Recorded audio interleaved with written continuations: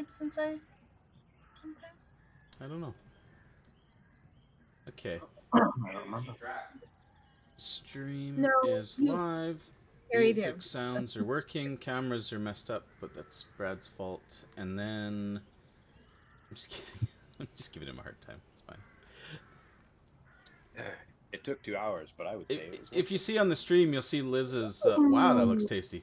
You'll see Liz's very well done new character thing in the bottom left of the stream. I want to see it. I hope I got everything. Because Pro Stream was given too many errors and was too buggy, and so I eliminated it. And she made this up last night, which was real nice of her. I might still be tweaking. Well, you better hit up your dealer then. I'm just kidding. Liz is tweaking. It's just weird. I'm twerking. Tweak. Ryan's twerking and Liz is... Well, I'm glad your camera's not on, Ryan. I've gotten real good at it. This is what I'd taken up as a hobby in my pandemic time. Twerk. I've mastered Nothing wrong with twerking. having supplemental income.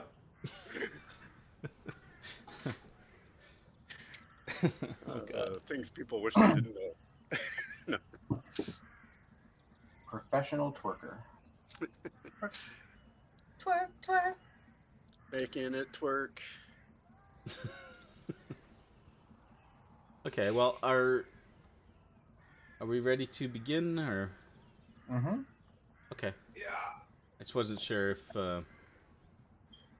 Yeah, your camera just doesn't want to work today. I will try it again in an hour and it'll work. Have you like task managered shut down Discord? Because that usually what fixes it for me when it's doing this. Yeah. It's like Discord gets hung up with. There doesn't seem to be any specific pattern or like way of doing it that makes it always work. Sometimes I'll open Discord, I'll hit camera on, and it works immediately. I don't know. Weird. Okay, well, you're a swirly dot for now, but Andre and Liz's cameras are in the right position and working, so we'll get going. We'll get started here. Sounds good. I got my new hoodie. Okay, so I'm going to bring up a thing. Here we go. Oh, don't forget to hit record so I can post this later. Okay, Oh, here we man. go. 3, 2, 1. Recording now.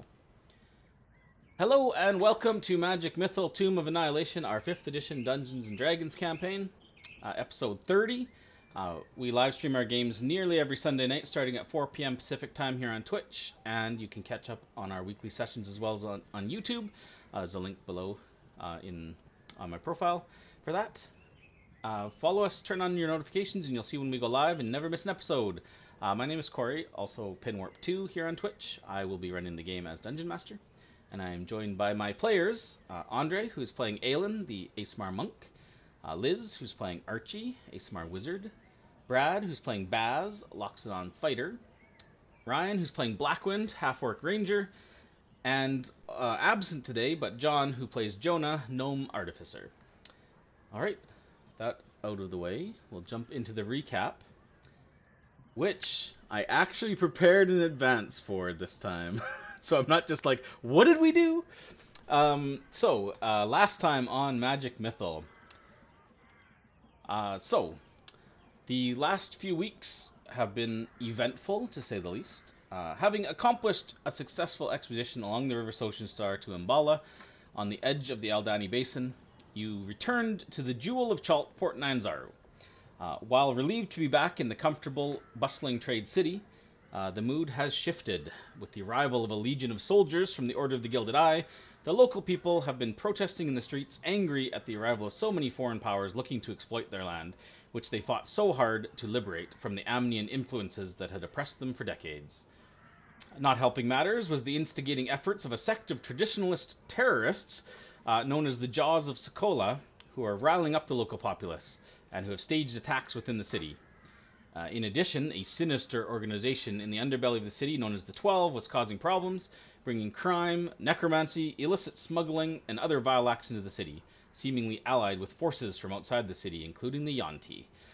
You became embroiled in the fight between the 12 and the self-styled protectors of the city, the Utepka, or Triceratops Society. Through both happenstance and concerted effort, you dismantled much of the 12's operations and slew many of their number. This included, most recently, destroying a Yanti, the Venom Queen Shaskatar. With the 12 on the run, you now feel the danger to the city has lessened, so you prepare for your next expedition. You have learned much of this land and its dangers, but you have all come here for a purpose, and it is time to begin working towards those purposes. Archie, you are searching for signs of the Company of the Yellow Banner and their mission to uncover the ancient city of Omu. Your only lead is, you know that they made landfall in Kitcher's Inlet at an old fortification known as Port Castellar. Aelin, the mysterious key and coordinates left to you in your inheritance seem to line up with this same port. Is this a coincidence or something more? And Baz, you have met Zandala, artist Simbard's daughter, the very person you promised to find by Syndra on her deathbed, who also has an interest in heading to Mezro for clues as to Artist's whereabouts. To work on all these leads, you chose your next destination. You secured the vessel the Brazen Pegasus under Captain Ordame Swiftendark, and are due to depart tomorrow to make your way around the northern point of the peninsula, known as Thresher's Hook, and down the eastern coastline to Kitcher's Inlet, there to hopefully find the way to the holy city of Ubtao, Mezro.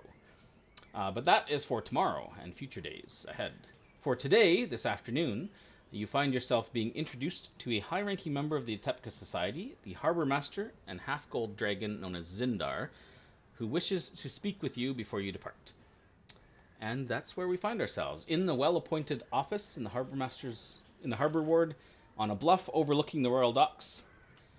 It is a well-appointed office with a large window that looks out over the bay, easy sightlines to all the comings and goings of ships, as well as the ports themselves. And that's where we are. That's where we'll pick up. So you guys had just been introduced by Clevin to Zindar. And you are in the back office, in the Harbor Master's office. You've all sat down. And that's where we are. Zindar. We've already done introductions. And... Yeah, you've already introduced yourself. Zindar, so Zindar would look at you all as you're kind of getting comfortable in the seats here. There's plenty of seating and space in this pretty lavish, like, large office. And he kind of like is sitting back in his high back chair, big mahogany, or maybe not mahogany, probably more exotic wood desk in front of him, covered in like scrolls and papers and sea charts and other things. And similarly, the room is appointed around the edges with sea charts and just like stacks of like ledgers and like filing cabinet shelving and that kind of thing. Pretty neat though. It's not like Tuttletome's place where it's just like this chaotic mess of stuff. It's all pretty well organized and neat. And so Zindar would after you made your introductions, he would kind of look at you all and say when we first met and you first came to my city, I admit I didn't think much of you. Just more foreigners coming into the port to potentially make trouble for me, as so many others have. But you've proven yourselves to be a valuable addition to the city. You've proven you can survive out in the jungle, and you've helped many of our people. And I am pleased to officially offer you a position with the Utepka Society. If you would join in our cause.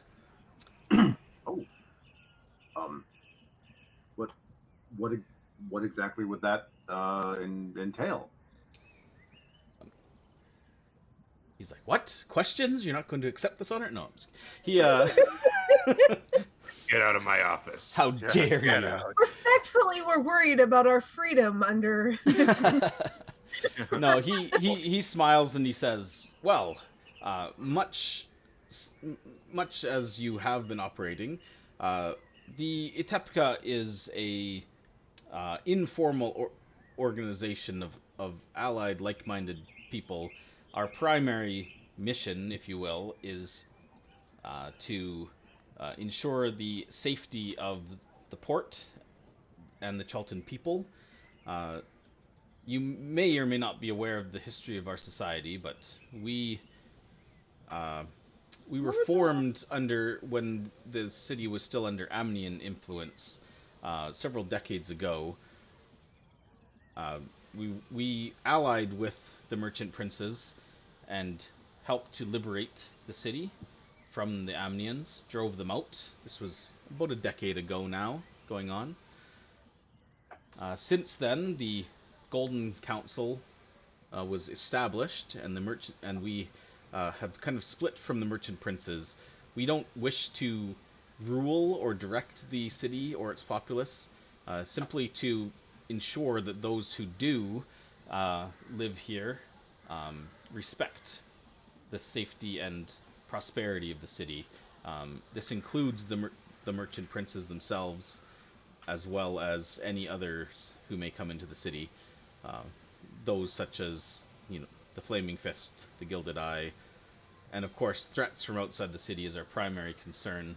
The Yonti, the Batiri tribes, and the undead primarily. So, what does it mean to be a Utepka member? Well, it means that you hold those same ideals in your hearts, and that you're willing to act when necessary, independently, but as well as part of a greater whole. So we may call on you, as we've done in the past, to assist us with efforts. As you know, Clevin and Poe, as well as Screaming Wind and Malar's Throat, we have presence in multiple wards of the city. There are others, of course, as well. But we find that it is not always necessary for all Utepka to know the names and identities of all other Utepka. We find it's actually safer if that's not the case. Should any of us be compromised, we don't want to compromise the organization as a whole. So I won't be providing with lists of other contacts. However, should you accept this station, you will be given each a token of our society. This is a powerful symbol, and we don't just know that it comes with some responsibility not to use it in untoward ways. But should you present this symbol, whether as a warning or as an identification badge, if you will, know that it is only in more dire circumstances that this would be acceptable, whether as a warning or to ensure that whoever you're presenting it to essentially falls in line, ceases their activities. So often we will leave them at businesses or present them to stalls of those who are going against the best interests of the city. Know that we... Oh, sorry. Go on. Do you take them back afterwards? Because then it seems like you're kind of just like anybody could pretend. Although they're too scared to. Never mind. And he kind of smiles when he said that. He's like, yes, that is the way. There have been situations where less scrupulous people have attempted to essentially use our reputation as a backing for their own interests, but typically those are quickly squashed. I will tell you that as we don't have any specific monetary or political ambitions in the city, we're not interested in obtaining positions of power. And then he kind of like again smiles. He says, "Ironic, I know, as harbor master." Well, I mean, you have to place yourselves within certain ranks to be able to move and operate within the city, even if it's not for political gain, just to keep people safe. It makes sense. He nods. I'm glad you think so. Nerve center. What if we should ever disagree with any of your efforts? It's like, well, those that do, we don't hear from often again. No, I'm kidding. I'm kidding, of course. You are free, as Or you am said. I? You'll be independent agents. We are... you are not beholden to us. If for some reason you believe that our missions or our objectives and our actions don't line up with your ideals, you are free to go about your own way. We just ask that you would turn in these symbols and not use our name in the future for your own endeavors. Know, however, that if our interests do cross in a way that we deem is detrimental to the people and populace of Chult and the port, we won't hesitate to move against you as well, just as we would any other threat to the city. Sure. And he says, I don't mean that as a threat, but it is But the it is reality. So the first rule of it is don't talk about it. Like, yes, the first rule of Utepka is don't talk about the Utepka, yes. Just don't talk. Ever. Don't talk. A solemn vow of Oh, silence. Oh, So God, he's basically, I'm you familiar. guys are here to help protect and Sure. the small people, you know, the common folk and their way. He And, nods. He's like, indeed, but as well, if the interests of the wealthy and the elite align with the prosperity of the people of Chult, we have no interest in denying those. We don't have any But you specific. stand against injustice type things or Exactly. chaos. The merchant princes, we don't begrudge their positions, and as I said, we may not always agree with everything they do politically, the ways they vote and that kind of thing. We are also not, unlike certain other elements in the city, which I know you may have run afoul of, we don't have any qualms about outside influences coming in from outside the peninsula. In fact, in order for our people to survive and thrive, we welcome outside trade. And outside exchanges of ideas and peoples. So we don't have anything against specifically people coming from the Sword Coast or elsewhere, unless those people are a threat to the city. I did want we can join individually or as a group. Oh, that's He says it is open to each of you individually. However, we would ideally like, because you seem to be operating as a unit and looks like you may plan to do so for the foreseeable future, it would be of a bit of a security concern if not all of you were on board. Jonah, what do you think? Jonah nods and says, sounds like a great idea. They've been steadfast allies, so we'll join. I love killing people. I'm almost positive that Jonah would say yes to it. I feel like that's probably true.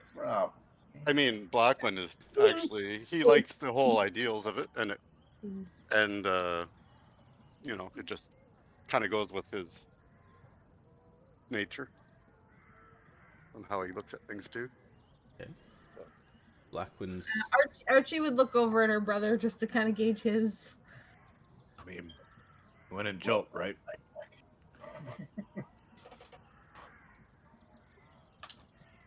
What? Isn't that how the saying goes? When in What do you Jolt? do? What do you do when you're in Chult? It was the Utepka says. I don't know.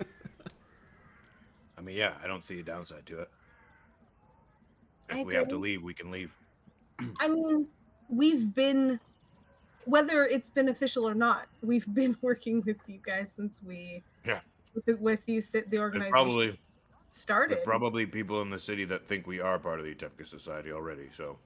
The 12 certainly do. It's not like we're putting a bigger target on our back. It's already there. Actually, in fact, I think maybe, well, it's not like you advertise it, but if they think that we are more involved with you now, it might actually protect us a bit. They might be not so bold as to attack the inn again. Yeah. What about you, Bass? I mean, I'm all about you know, protecting my friends and, you know, people that need help, and it seems like that's what your goal is. So secret handshakes too. I'm certainly in. The motion passes. Seems like everyone's in. So Yeah. Zindar smiles and says, "Excellent, excellent. I had a feeling that I could count on you." And then he um, kind of Exciting. opens up his desk, and you see him kind of like push down. There's a click, and the drawer kind of like slides to reveal like kind of a hidden compartment. He pulls out a gun. And he bang. No, You failed the test. the camera focuses on it for a moment, and then over to the Zindar's gun. That's a new. Will it go off? He Next episode. he You can't introduce the gun without having it. it's either going to be fired or anyways. He pulls out a small stack of iron tokens, slightly larger than the gold coin, and they are not stamped but like embossed with the symbol of a triceratops on the one side, and on the other, on the reverse, what looks to be just like the symbol of like Port Nyanzaru. And he hands them one to each of you. Sorry, he hands 2 to each of you, so 10 total. And he says, ideally keep one on you, if you need to show. You already know our symbol. We use that as in greetings to each other, just to identify each other.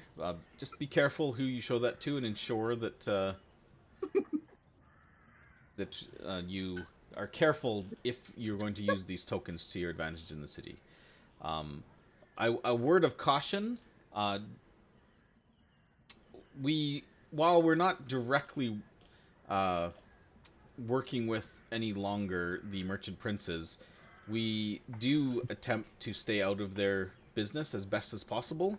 So don't go handing tokens to the merchant princes. We don't need to cause any animosity with the ruling council of the city. You mean we don't need to threaten them immediately?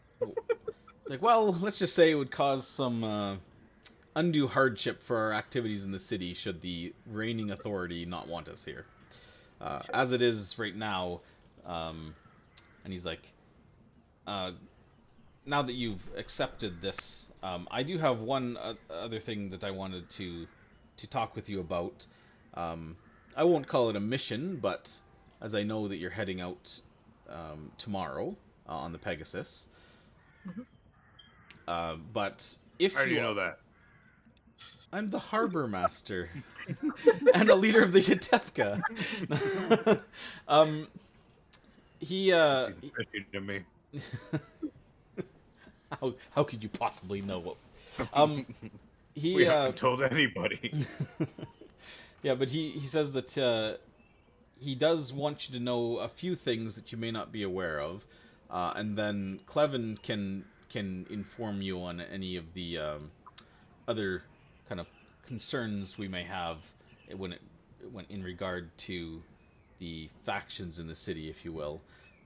He's quite frankly, he's got a better mind for these kind of things than I do. What I'm more concerned about right now is I've become aware of a situation. We, as you may have, I'm sure you're aware, with the tensions in the city, the Order of the Gilded Eye has mostly moved out, and that should calm things somewhat. However, we have had reports that with all of the activity, some of the more violent incidents in the city, there has been a push to increase our patrols and therefore to increase the city guard. Now, that is all Merchant Prince business, but in that regard, we do know that the Merchant Princes approved the payment of an additional 50 mercenaries that were to arrive in the city. In fact, in the last 2 days, they were expected.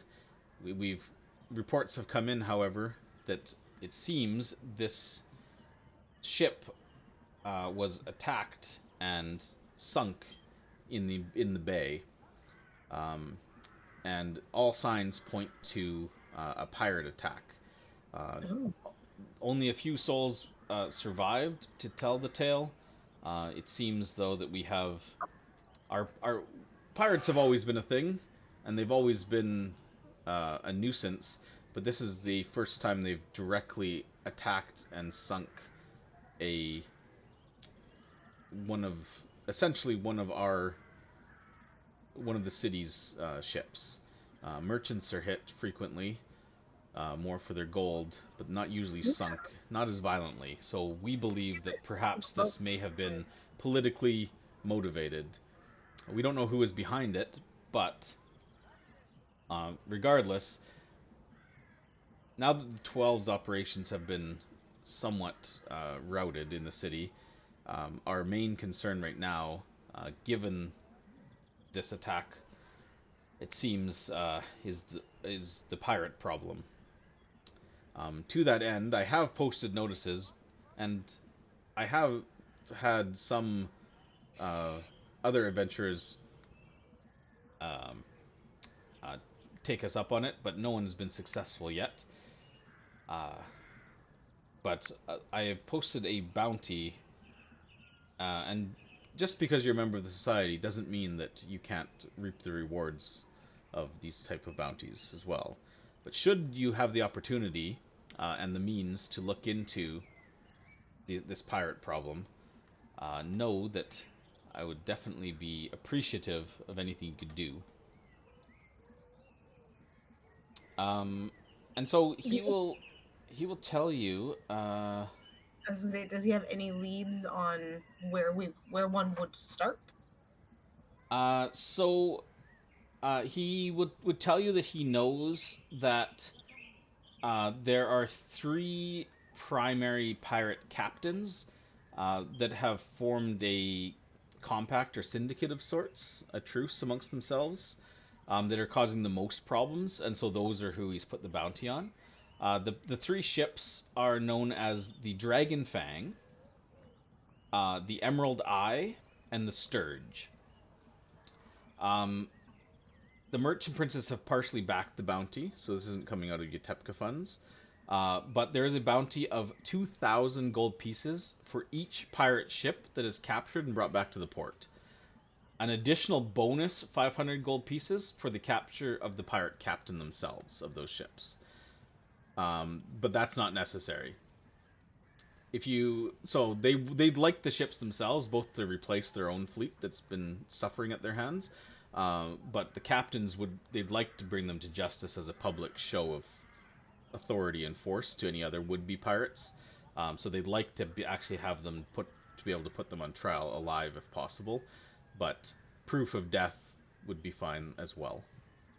But the bounty is for capturing the ships and bringing them back, not sinking them in the bay. What was the bonus for the captains?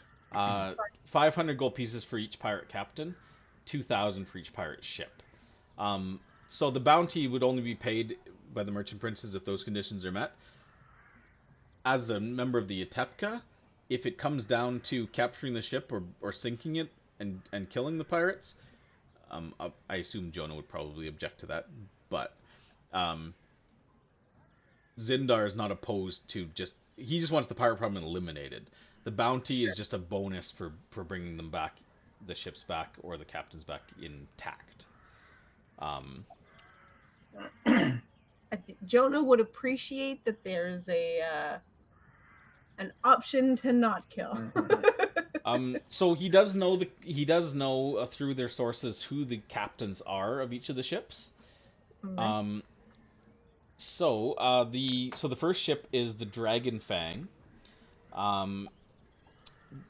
The Dragon Fang is captained by Captain Elok Jaharwan. He is a male Chultan human. There is an artist rendition, which I'll share with you. That's what he would look like.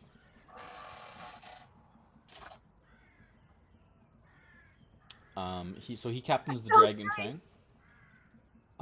He does know through his sources that there used to be a previous captain, Elok mutinied and took over the ship. That's well known. So he's known Mutineer? he's known as a mutineer. And you'd also know that it seems that he's put out a declaration to the other pirate ships in this so-called syndicate, declaring himself the king of the pirates. So he's the most dangerous and most wanted of all the captains. So that's Captain Elock. He would also tell you that the only other thing known is that his first mate is a female Chultan known as Mad Khalida. There's no bounty for her specifically, and you know that his crew, his boat is large enough to have a crew of about 20 pirates and sailors, as well as he's known to consort with what the locals call a sea witch, which only goes by the title the Eye of the Deep. So that's what's known about him and his crew. Let me know when you're ready for the next one. See everyone furiously writing notes. I'm good. The second captain is a man, a Tetheran man. Oh, I'm sorry, a Kalashite man. And what ship? He's the captain of the Emerald Eye, named Zarum Saryak. Sorry. That's an artist rendition of him. What is known about him is that he has a special fondness for gemstones. He tends to hit ships moving in and out of the gem mines in the surrounding Stormrack and Thresher's Hook mountains. So he's been a thorn particularly in Xanthe's side, because he has a affinity for gemstones, and in fact wears one in place of a lost eye, almost like a glass eye. He is known to be a calculating and very intelligent captain, who plans his attacks meticulously. So he's not just a brazen attack whatever's out there kind of guy. It's also known that he is fond of chopping off the heads of people who displease him and hanging them from his ship's figurehead, which is a carved mermaid. What's known of his crew? It's known he's got about the same size of ship as the Dragon Fang, so there's about 20 crew, and the first mate is a Kalashite named Voltan, who is known for losing his shit and berserker rage in combat. Zoltan? Zoltan? Voltan. Voltan the Barbarian. Wotan. And lastly, on the ship, the Sturge is a Tetheran human by the name of Laskalar. Is a rakish pirate. He's known for seeking more exotic locations, going farther afield than the others. Tends to try to be hitting ships that are carrying like artifacts and like ancient Chultan relics, especially those who are trying to remove them from the mainland. So he's got a bit of a folk hero persona by some of the local Chultan peoples that are like the traditionalists and that kind of thing that are fighting against foreign influence. So he's a bit less of a villain in a lot of the populace's eyes, but that doesn't change the fact that he's killed innocent merchants and stolen their goods and that kind of thing. I don't know. He seems pretty charismatic to me.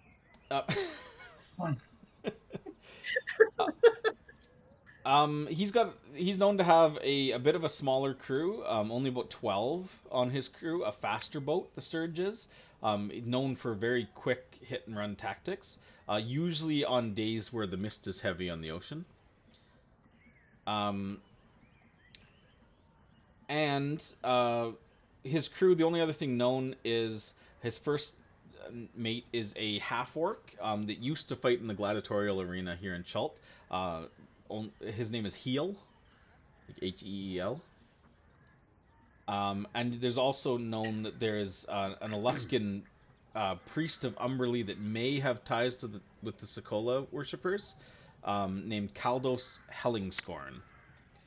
He used to, he's been seen in the city on occasion, in and around those fountains and things, but they're not sure 100% that he's actually a member of the Sokola, but he may worship the same god though. The first mate, when he would be in the gladiatorial, Damn it. No, Brad. I'm doing it. He'd be kind of like the villain persona. Yeah. I was gonna say before he became a pirate, was his name Face? He turned heel. Oh lord. Secular priest? Kaldos. Kaldos Hellingscorn. He's an Aluskan man, so those are kind of like Norse kind of looking, like blonde hair, blue eye, kind of pale. And Zarum, the captain of the Emerald Eye, did you say he was Tetherin, or was that he's a mistake? he's a Kalashite. Kalashite, Kalashan. Lascalar is tether. Yeah. So those are the captains. As far as leads, they suspect, based on... Oh, Ryan disconnected from Fantasy Grounds. Are you still around, Ryan? Ryan. Well, they suspect... they suspect that, based on the patterns of where they've hit and that kind of thing, they suspect that they may be based somewhere on the western coast of Chult. In particular, Zindar suspects that they may be based out of Jahaka Bay or Shilku Bay. They may have some sort of hideout there that they're based out of. But they, like I said, they can often be found roaming the coastlines. Where they've hit recently, Zarum tends to hit around ships moving up and down the Stormrack Mountains and Thresher's Hook. Zaskalar tends to hit ships moving in and out from like Merchant's Bay, like going to and from across the sea.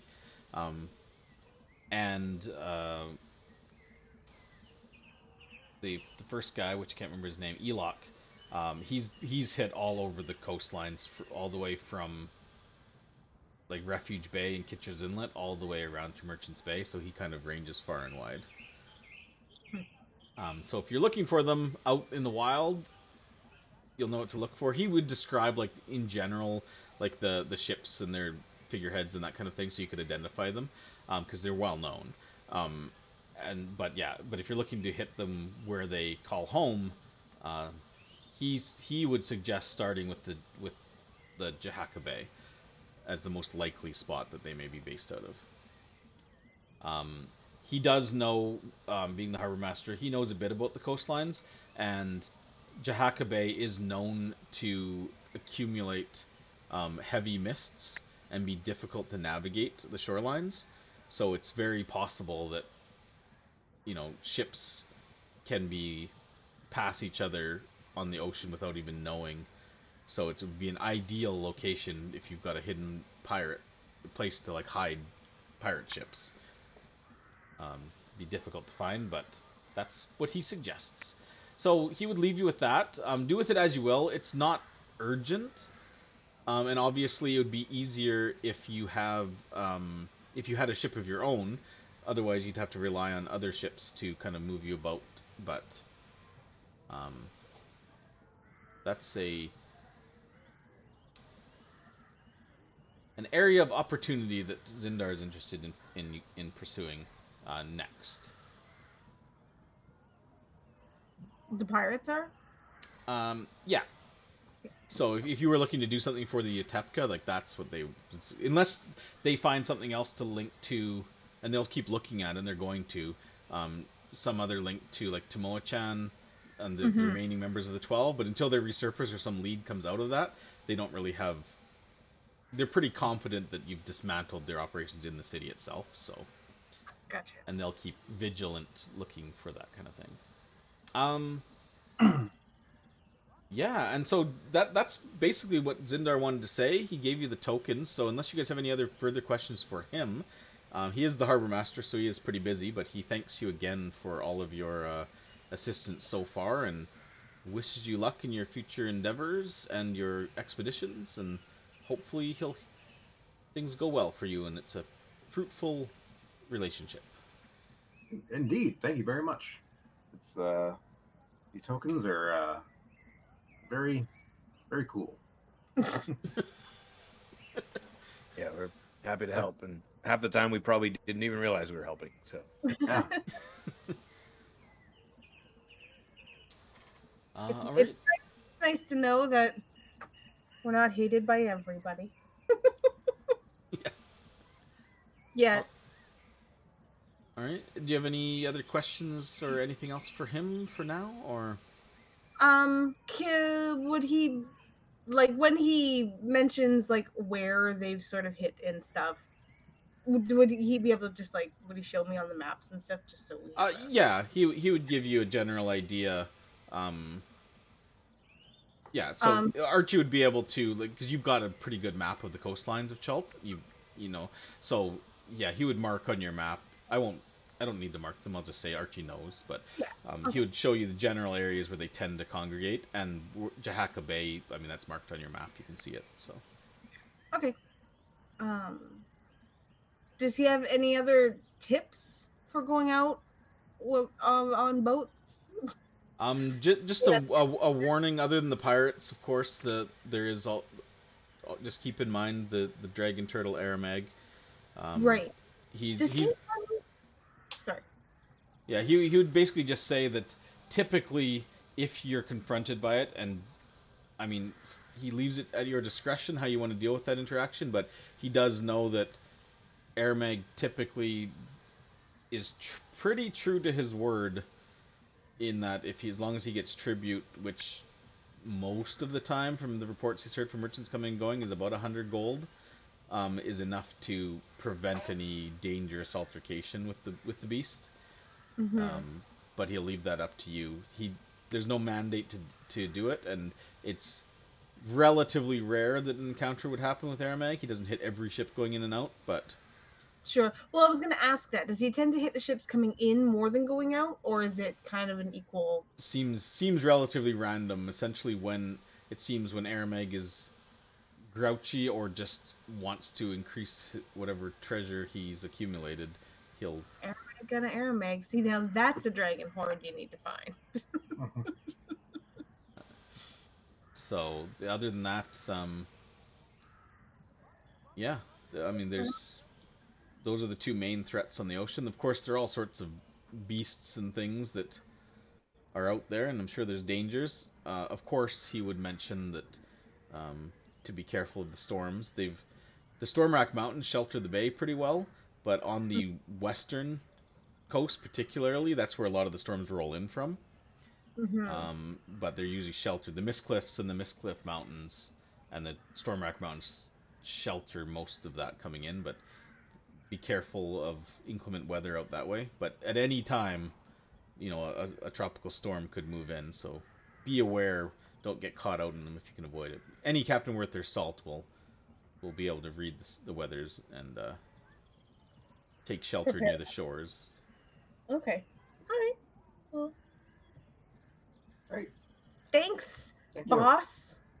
And he's like, and he kind of shakes his head. He's like, no need for that. Call me Zindar. Cool. Yeah. Cool. All right. Well. Do you head out of the office? Clevin would come with you. He would stop you before you guys get too far and just kind of like gesture for you guys to kind of, before like get out into the street proper, just kind of like go off to the side a little bit where there's not a bunch of people around. And he kind of smiles and he's like, well, I'm so glad that you took him up on an offer, and I'm glad to have this all kind of out in the open between us. Don't like secrets amongst friends, and I hope I can call you that. Of course. Absolutely. And he said, and yes, as Zindar said, just whether you're interested or not, it's good to have a little bit of knowledge about the goings and the comings and goings of in the positions of power in the city, so you have an idea of what we're dealing with and what we're keeping an eye on. So I would just let you know that the ship that he mentioned was sunk. It was hired specifically. It came out of the coffers of the merchant princes Ikine and Ifan. They have been primarily the ones pushing for additional security with the recent attacks. He will let you know that at the last council meeting, which they had members in attendance of, so they could watch the comings and goings, he will let you know that Coyote suggested allowing the Fist to station in the city, as they've been pushing to do for some time. Up till now, the Merchant Princes have been reluctant to let them into the city in force, so that's why they've kind of stationed north in Fort Bulwarian. But Coyote recently has been asking, kind of moving away from the Zentarum mercenaries, which is what Ikine and Ifan have been hiring primarily. Zentarum being, of course, the primary provider of mercenary services in Faerun.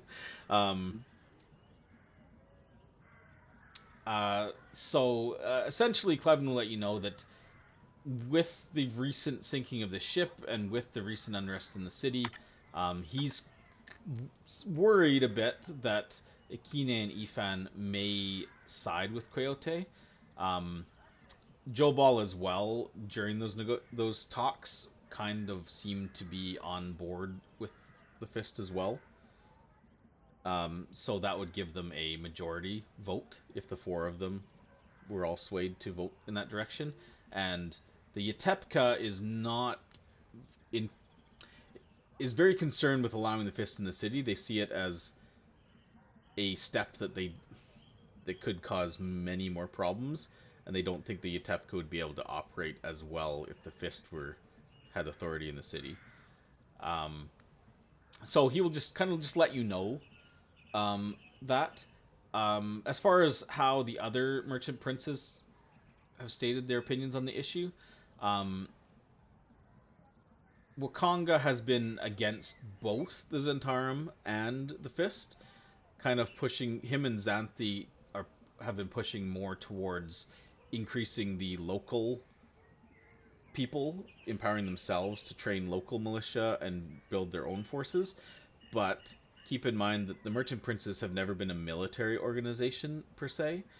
They've relied on outside forces, mercenaries, and that kind of thing for their purposes. So that kind of push to create a actual military arm of their government would be probably seen, and has been argued against by the other merchant princes, as a sign of going back to the more traditional kind of monarchs of Chult, which Xanthi has been the most outspoken for.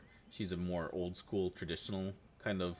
She thinks the Chultan people should rule themselves, and she's outwardly spoken and said that they should consider restoring the monarchy and actually having a leader, not just a council. So, and then of course the last merchant prince, who's been silent entirely on all of these issues, is Jessamine. She has not spoken up during any of these negotiations. So there seems to be three primary blocks of power within the Merchant Prince Council. And Zindar mentioned that it seemed like the attack on the ship was politically motivated. I mean, who Well, they weren't carrying outside any... of the Fist would stand to gain from the Fist taking a greater presence and security in the city. And that's what he kind of nods and says.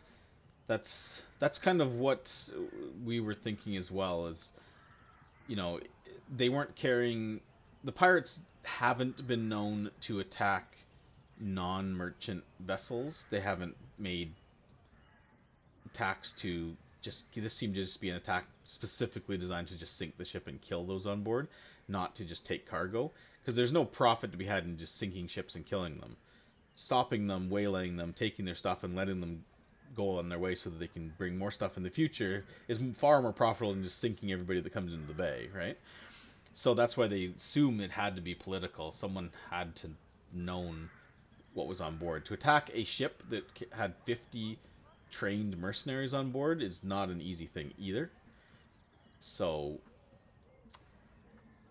that's why he's wondering whether or not there's some sort of motivation behind this attack. Whether that's the fist directly, but there's no proof either way. It's kind of just a thought. It's an unusual circumstance. So, yeah. Good to know. Anyway, so he says, all that aside, I won't bore you with any more politics, but just know that with the unrest in the city and other things going on, it's good to have a little bit of a, especially if you're dealing with merchant princes. I know you had a meeting with Wakanga. Potentially you're on the list, I understand, to meet with Jobal and Xanthi. Just knowing where they stand on different things could aid you in those meetings to not say or do the wrong thing if you're not in agreement with their positions on these issues. Also, I know that you have you've had some problems, some run-ins with the more extreme traditionalist elements in the city, so you may want to just know that, Wakanga and Xanthi lean more towards them than towards the Zentarum or the Fist as options of who should be in the city.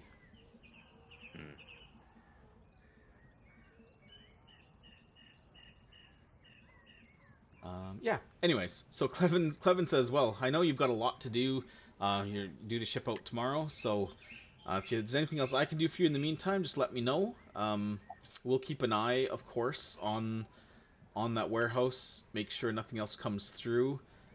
We'll keep an eye out for the 12 and all of that, and I wish you the best of luck in your journey. And he kind of, again, like shakes all your hands. And what are you planning on doing about the portal that's in there? he's like, well, if what you said is true, the Yanti threat seems to be negated. I think we'll just keep it under lock and key for now. And like I said, we don't plan on really touching it until we can discern more. I'll talk with some of the other members and see if there is that secondary potential portal. I'm not sure if that's still activated. We'll have to wait till tomorrow, I guess, to test that, right? Yeah. But if that leads somewhere dangerous, maybe we'll send someone through just to check it out. But with the Yanti threat done, I think we'll just keep it under lock and key so nobody else stumbles in there.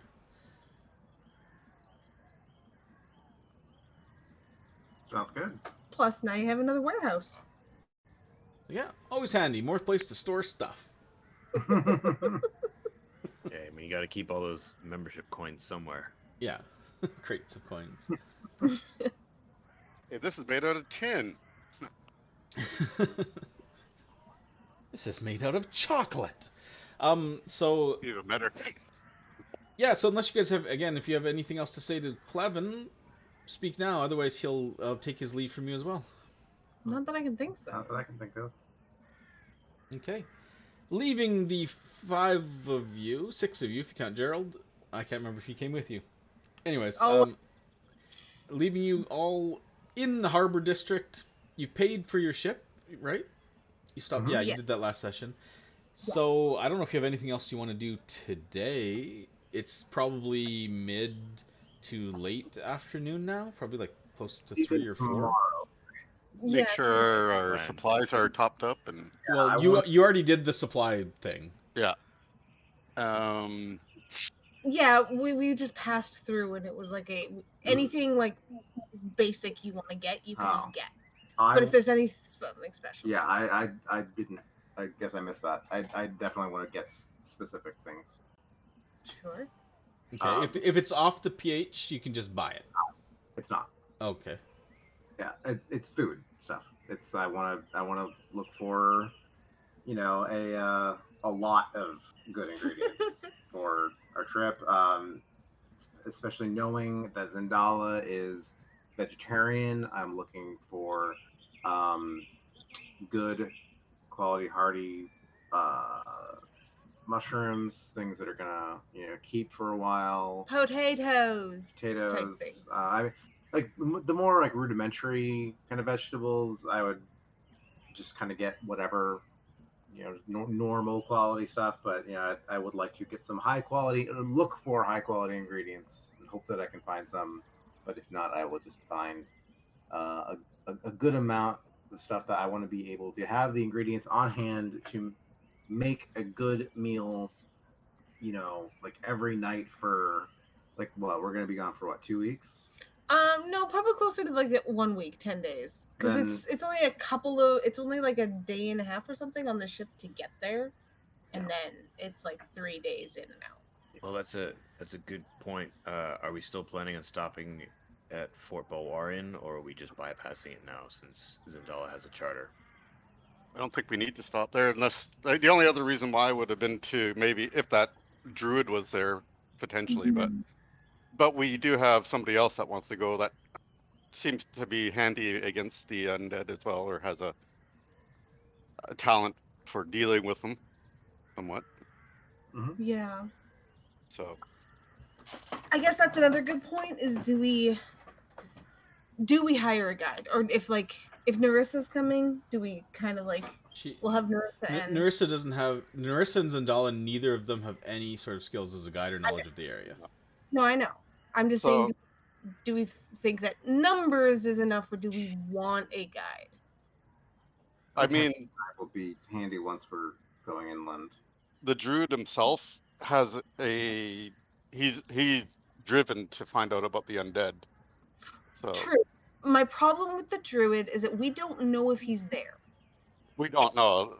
We'd have to inquire. Maybe somebody might know where he is exactly right now. Maybe Right. Well, we know he's stationed normally out of Fort Balwarian, but we don't know if he's there or not right now. So the problem is if we decide we want him, we're going off to get him. And if he's not there, we have to come all the way back to port to get another guy.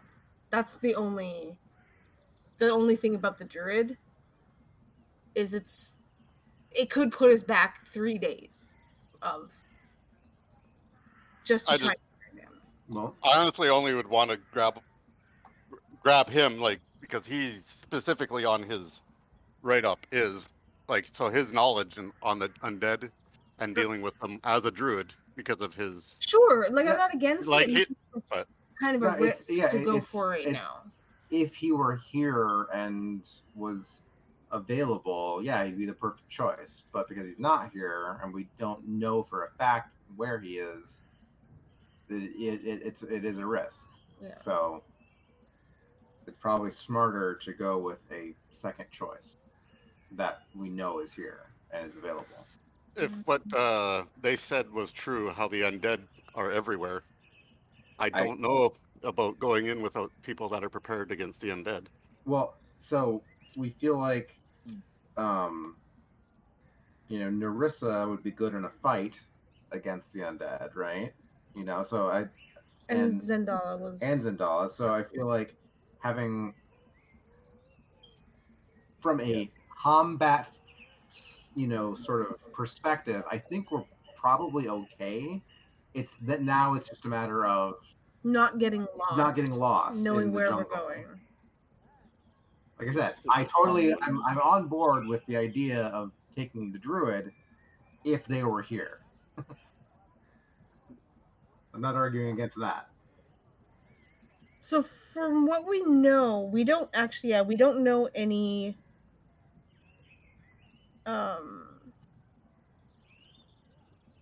we don't know any of the guides specific for that area. We know Huh? The druid who knows that area. Well, he's north of that though. Like we're not up like where Zendala and stuff went in. We are quite a ways more south than that. Like they went, as far as I can understand, if they went east. Yeah, they very far east or whatever. So from here. That's like 50 miles north of where we're going in. Or wait, how much the hex? Hexes are 10 miles. 10, yeah. So it's like 40 or 50 miles north of where we're going in.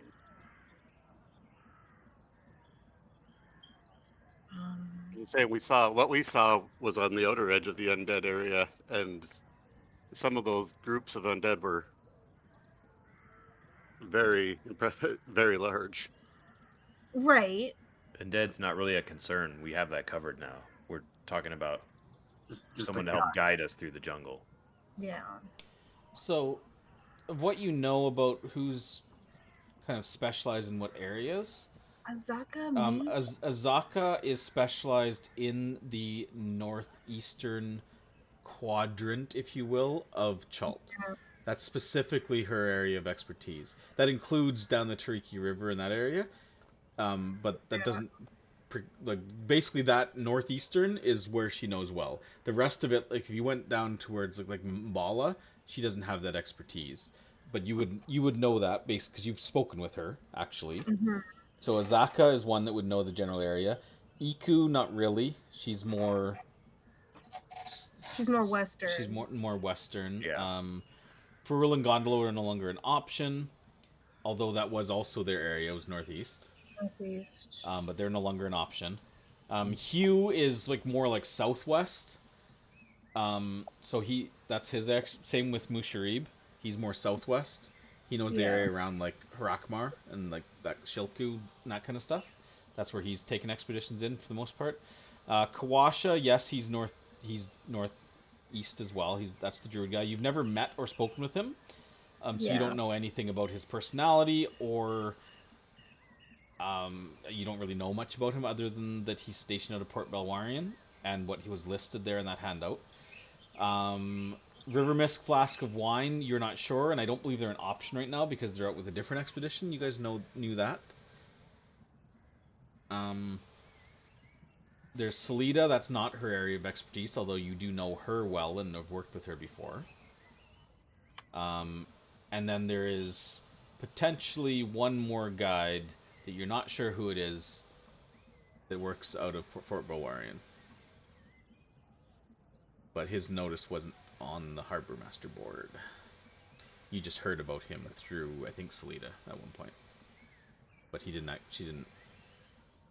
You just know that there are several guides that are positioned out of Fort Belwarian.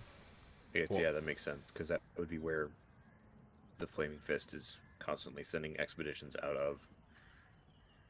Yeah.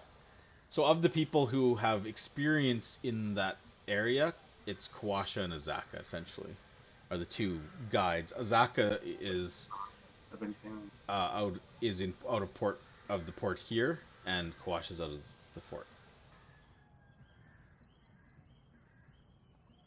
So that's what, just to put it all out there, if you're going to look at the guide, those are the two that have knowledge of the area itself. One is currently, in theory, at the camp, and one is this one. So, okay.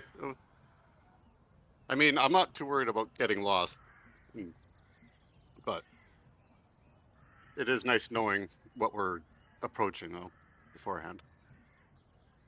Yeah, that's the difference. Just to be clear, the guides aren't really there to make your survival rolls for you. Like the whole getting lost, scouting, foraging, like Blackwinds obviously can do that. It's just knowing what the landmarks are, what's coming up, where to go, like more specifically.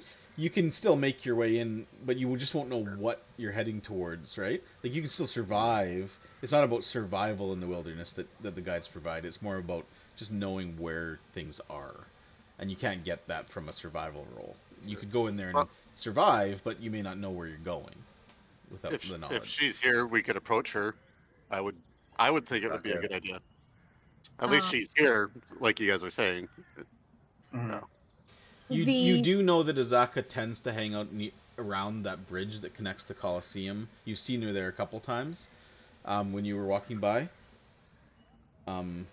Otherwise, you can just inquire at the Harbor Master office, and they'll get in touch with her through Jobal. So the problem with hiring Azaka is that she requires 30-day payment up front. Unless Worth you promise 150 to gold. help her with she'll waive her fee if you promise to help her get her mask.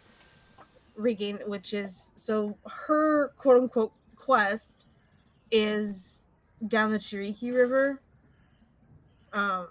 like towards the, Near it's Firefinger. yeah. Yeah, it's a little out of the way from where you're, especially if you're going on boat around, it's not really the direction. If you're going over land, that would make a lot more sense to do her Yeah. quest, but Yeah, so that would be 150 gold up front, and we're definitely not planning a 30-day for sure, but No. Well, if you don't, so the thing with that is, if we get back in 10 days, we get the 20 days back. That Yeah. it's just a down payment to make sure that yeah, exactly. It's a deposit to secure up to 30. It's kind of like the boat.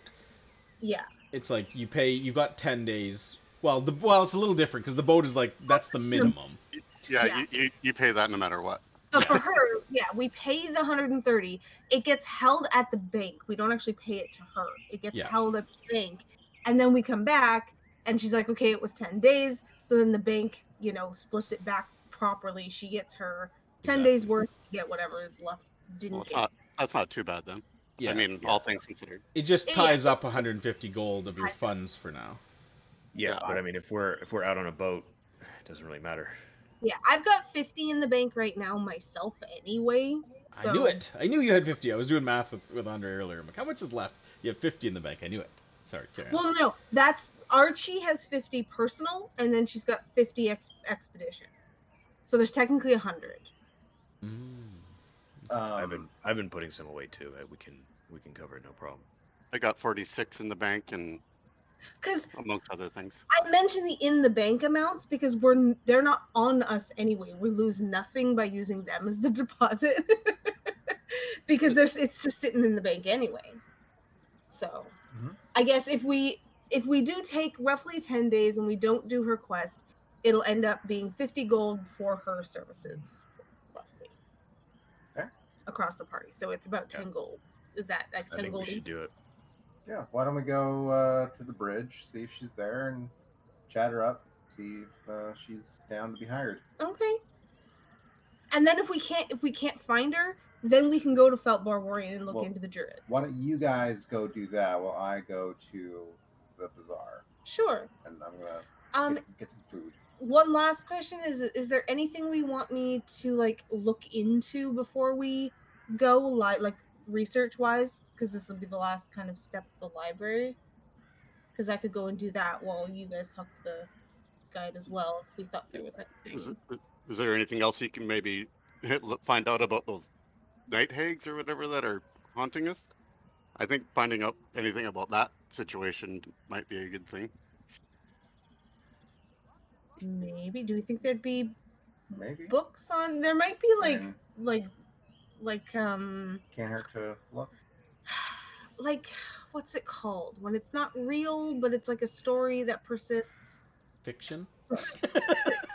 Fairy tale? Kind of like a fairy tale folklore. Yeah. Like there could be if they're here's a question. So what did I roll for hag information? I'm just wondering if I know if they're long lived or not. 23 on the green hag. What are the local cryptids of Would I know if like hags are longer lived given magic? Yeah, you definitely know they would be long lived. I mean, you may not know specifically, but they are not like mortals. Like hags they're not. They may often they present as old, but that doesn't mean they're actually old. Like they're not like mortals where they just like are born, live, and die. Like they're kind of like more like fey creatures or like green hags like would probably live at least as long as elves. Okay, if not longer. I just wanted to make sure that like this is something that they could have been around for a while to be had stories. Well, and stuff. you know for a fact that Nanny Poo is around during the time of Umbala, so she definitely is long lived. Yeah. Okay. Yeah, I'm gonna go to the library and do a bit because it's like what? Jonah's gonna go with Baz to the bazaar, I think. Is it midday, early evening right now? It's like mid-afternoon right now. Okay. Okay, so Baz going to the bazaar. He'll pick up whatever he needs there. Jonah's there as well. Just assume that anything you guys need to pick up, you can just pick up if it's just on the sheets. So we won't go through like the bookkeeping aspect of that. I'll just trust that you guys know what you want to buy. Just know that once you're out of the city, if you forgot to buy something, well, it's too late. You can't just like if you come across a situation where it's like, oh yeah, I should have bought rope. We'll say I bought rope because I need it for this situation. Like no. But Since Brad's looking for high quality, is that going to be rolls? it will, that... yeah. Okay. I couldn't So remember if what was determined for that sort of so you're gonna go to the library. Mhm. So there's Blackwin and Aelin. So who's going to go look for Azaka? Oh, I guess I will. Yeah, Or we both can. yeah. Okay, so Aelin. Okay, so Aelin and Blackwin will go look for Azaka. Archie will go to the library, and Baz and Jonah will go to the bazaar. Mhm. Okay. Okay, sounds good. So you're up at the Harbor's Master's office. So I would say you would, the fastest route is to just go down through the bazaar for everybody. So, well, no, that's not true. Archie would break off at the Temple of Gond and go up past the Temple of Savras to get up to Golden Throne. So she would leave you there, and then Blackwin and Aelin would just carry on past the bazaar to go down to here. So, you guys. So yeah, we'll deal with Baz and Jonah first because they would get to the bazaar probably before Archie would get to the library because Archie's got to go up a bunch of stairs. Yeah. Okay, so I'm gonna. Yeah, no, Jared can come with me. It's fine. okay, so Baz, carry your book. you're looking for high quality ingredients. Can spend some time investigation check to find high quality materials. So Can Jonah help him at all?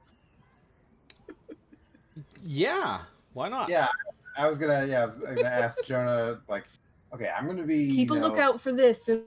scouting, like, from above. You look at like the bottom shelves and So I wrote down you can do rudimentary level 1 or level 2 recipes you can buy the high quality materials for. So the DC is 5, 10, or 15 depending on what level of recipes you want.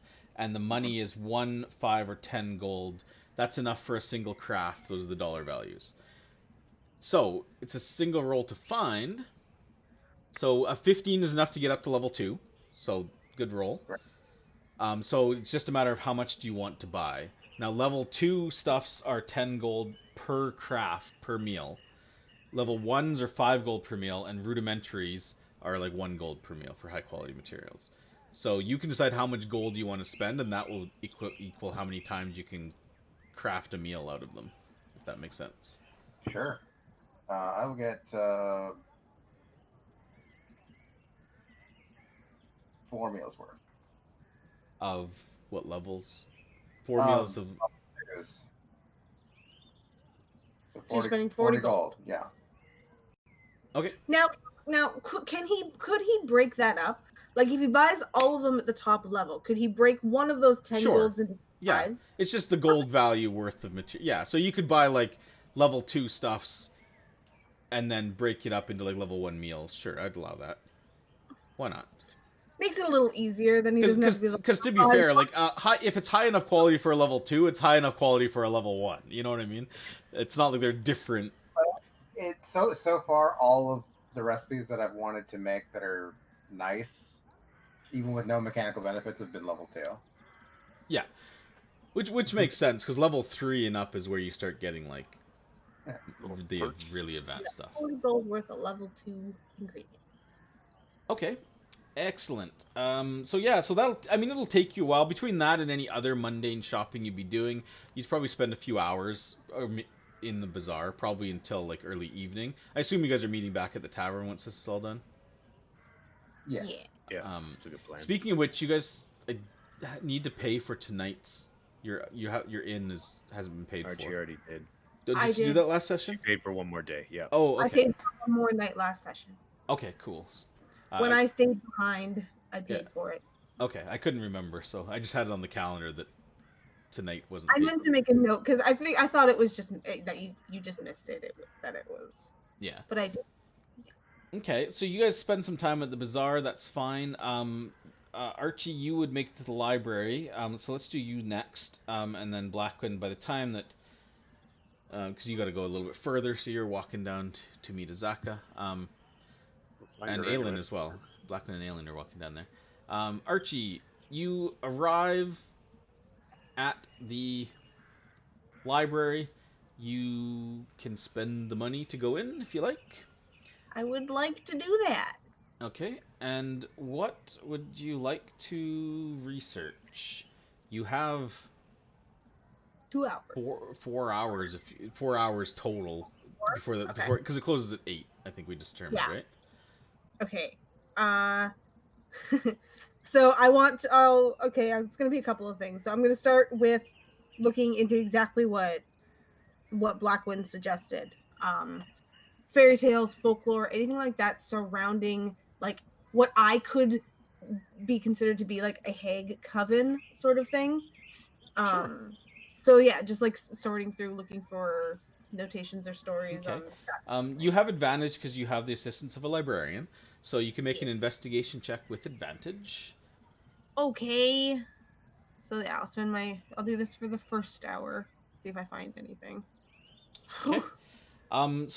So in the first hour, you won't find anything useful with that roll. If you want to spend the full 2 hour block, you will find something with this roll, but you won't have an opportunity to research anything else. So do you want to keep on and use your whole time to know you find something, or do you want to switch gears and research something else for an hour? I'll switch gears and maybe come back to it. I'm a little frustrated. Okay. So it'll be a new roll when you come back to it then. That's why I'm saying. Okay.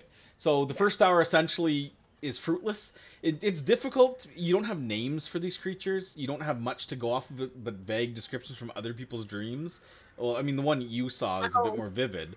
But at the same time, it's like, how do you research a dream without a name or context? Like, what is this, right? So it's difficult. You don't find anything the first hour goes by. So if you want to switch gears, what would you like to research in the second hour?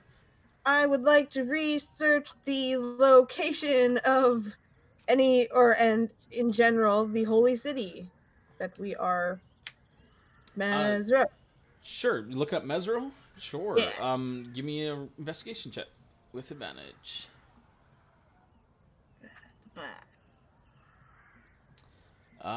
Good thing you had advantage. Dropped a 3. Yeah. So with this hour, it doesn't take you longer than an hour with that roll. You're able to find some general information about the city of Mezro. Some of it is what you've already known already. You know, founded by Ubtao. He ruled there, according to the lore that you find. He founded the city. He brought the temple himself. It was the seat of his actual power, where he physically ruled the people of Chult, the Tabaxi people. And the city was kind of built out around that temple. So that's all stuff you kind of already knew from previous researching. But Mezro, it tracks with everything you know about the location. From where Port Castellar is, which is where you're planning on making landfall. From there, it's everything. Every account, you're fairly confident it's within like 20 to 30 miles of there. So that tracks. You would find a bit of additional information. You do discover that although there's not names, you do discover that a little bit more about. So when Ubtao left the city, he left the people and stopped ruling himself. He left behind, in his place, the rulers of the city were great champions of his power, known as Beret. You do find reference to that there was, I believe, 8 of them. Yeah, there was 8 Beret. There's no names listed, even with this role. In a single hour, anyways, you are not going to be able to find like specific information about the Beret, but you do know that it does mention a few different things about how they were gifted with power that represented different aspects of Ubtao. So you get the impression that they were very probably like paladin-like. Mm. But more of a primordial, but like instead of divine power, Ubtau's a primordial. So it was Mhm. more, it may be more like Oath of the Ancients kind of paladin to get like meta about it, where they have like natural, like druidic almost primal powers. So a lot of them have like elemental based powers. There is references to them having different specialities. Um, Over the natural elements, the creatures, one of the Bray was famously known as a Beastmaster that could control dinosaurs in combat. Um, Another one mentions that there's different Beret had different powers. One had power over the ocean, others had power over the sky and the weather, others had power over the land itself. Um, but there's also mention that certain Beret were granted power over life and death. One Beret was stated to have extremely potent like power over life, so the ability to restore, cure diseases, heal. Very kind of holy kind of magic. Another had power over death. Aha. They could command the dead. They had the power to bring people back to life, and they had the power to cause like blight and destruction. Um, so yeah, different aspects of Tao's power, but you don't get any specific names or anything like that. But Okay. yeah, that's what you would learn. In my third hour, I would like to look into texts that use the Ashau language. Sure. Ashau? Okay. Um, and any any matching ones that may have been translated previously. Sure. Uh, so I can try and learn that language is my goal. Sure. Okay. Give me another roll. Come on, give me books. Nice. Yeah, you are able to find different texts with different translations. It's actually pretty similar in construction to Old Amuan. Oh, Um, okay.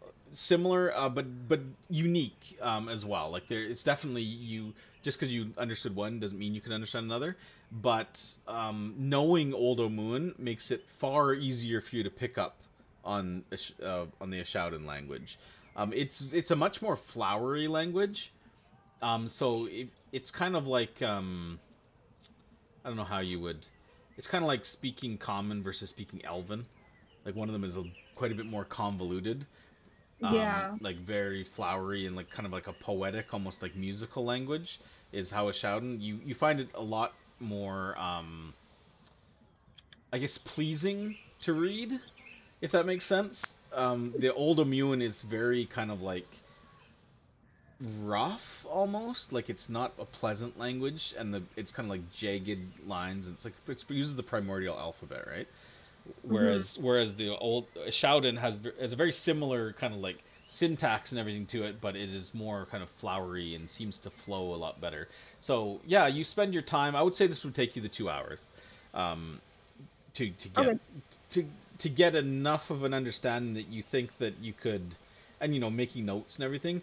You think that if you spent some time and studied and thought about it, and maybe got a few more examples of Ashaudan literature and writings, you could probably start to understand it pretty well.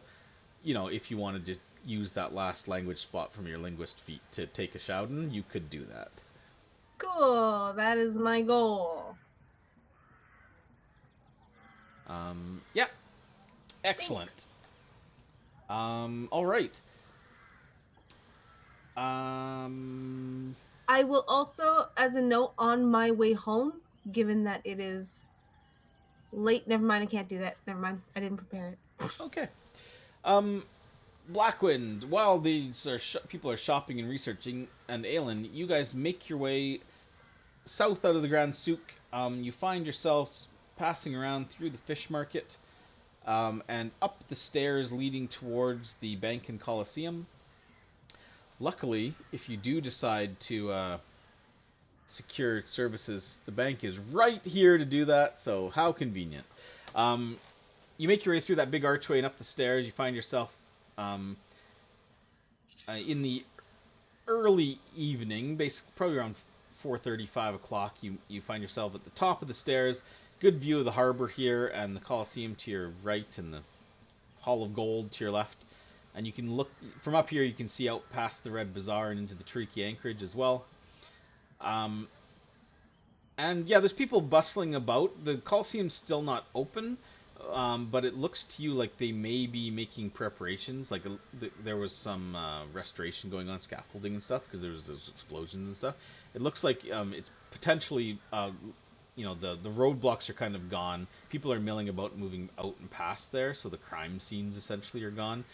So it's a bit more open. But yeah, you do spy who you're looking for. Azaka Stormfang is up here, kind of hanging out, greeting people as she goes by. I don't know if you guys still have... I guess you still have her image I shared with you before. Yeah.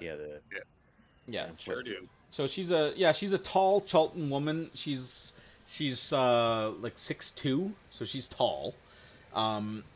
She's very well muscled. She kind of wears kind of like animal hide, kind of animal print clothing, and has a kind of a mane of red hair, and a necklace. I think she's got a necklace with she has a necklace with that has what you've come to associate as these. Wait, do you know this? Yeah, you rolled when you first saw her. She has the symbol of that, like, it's almost like looks like an animal claw, on like a pendant.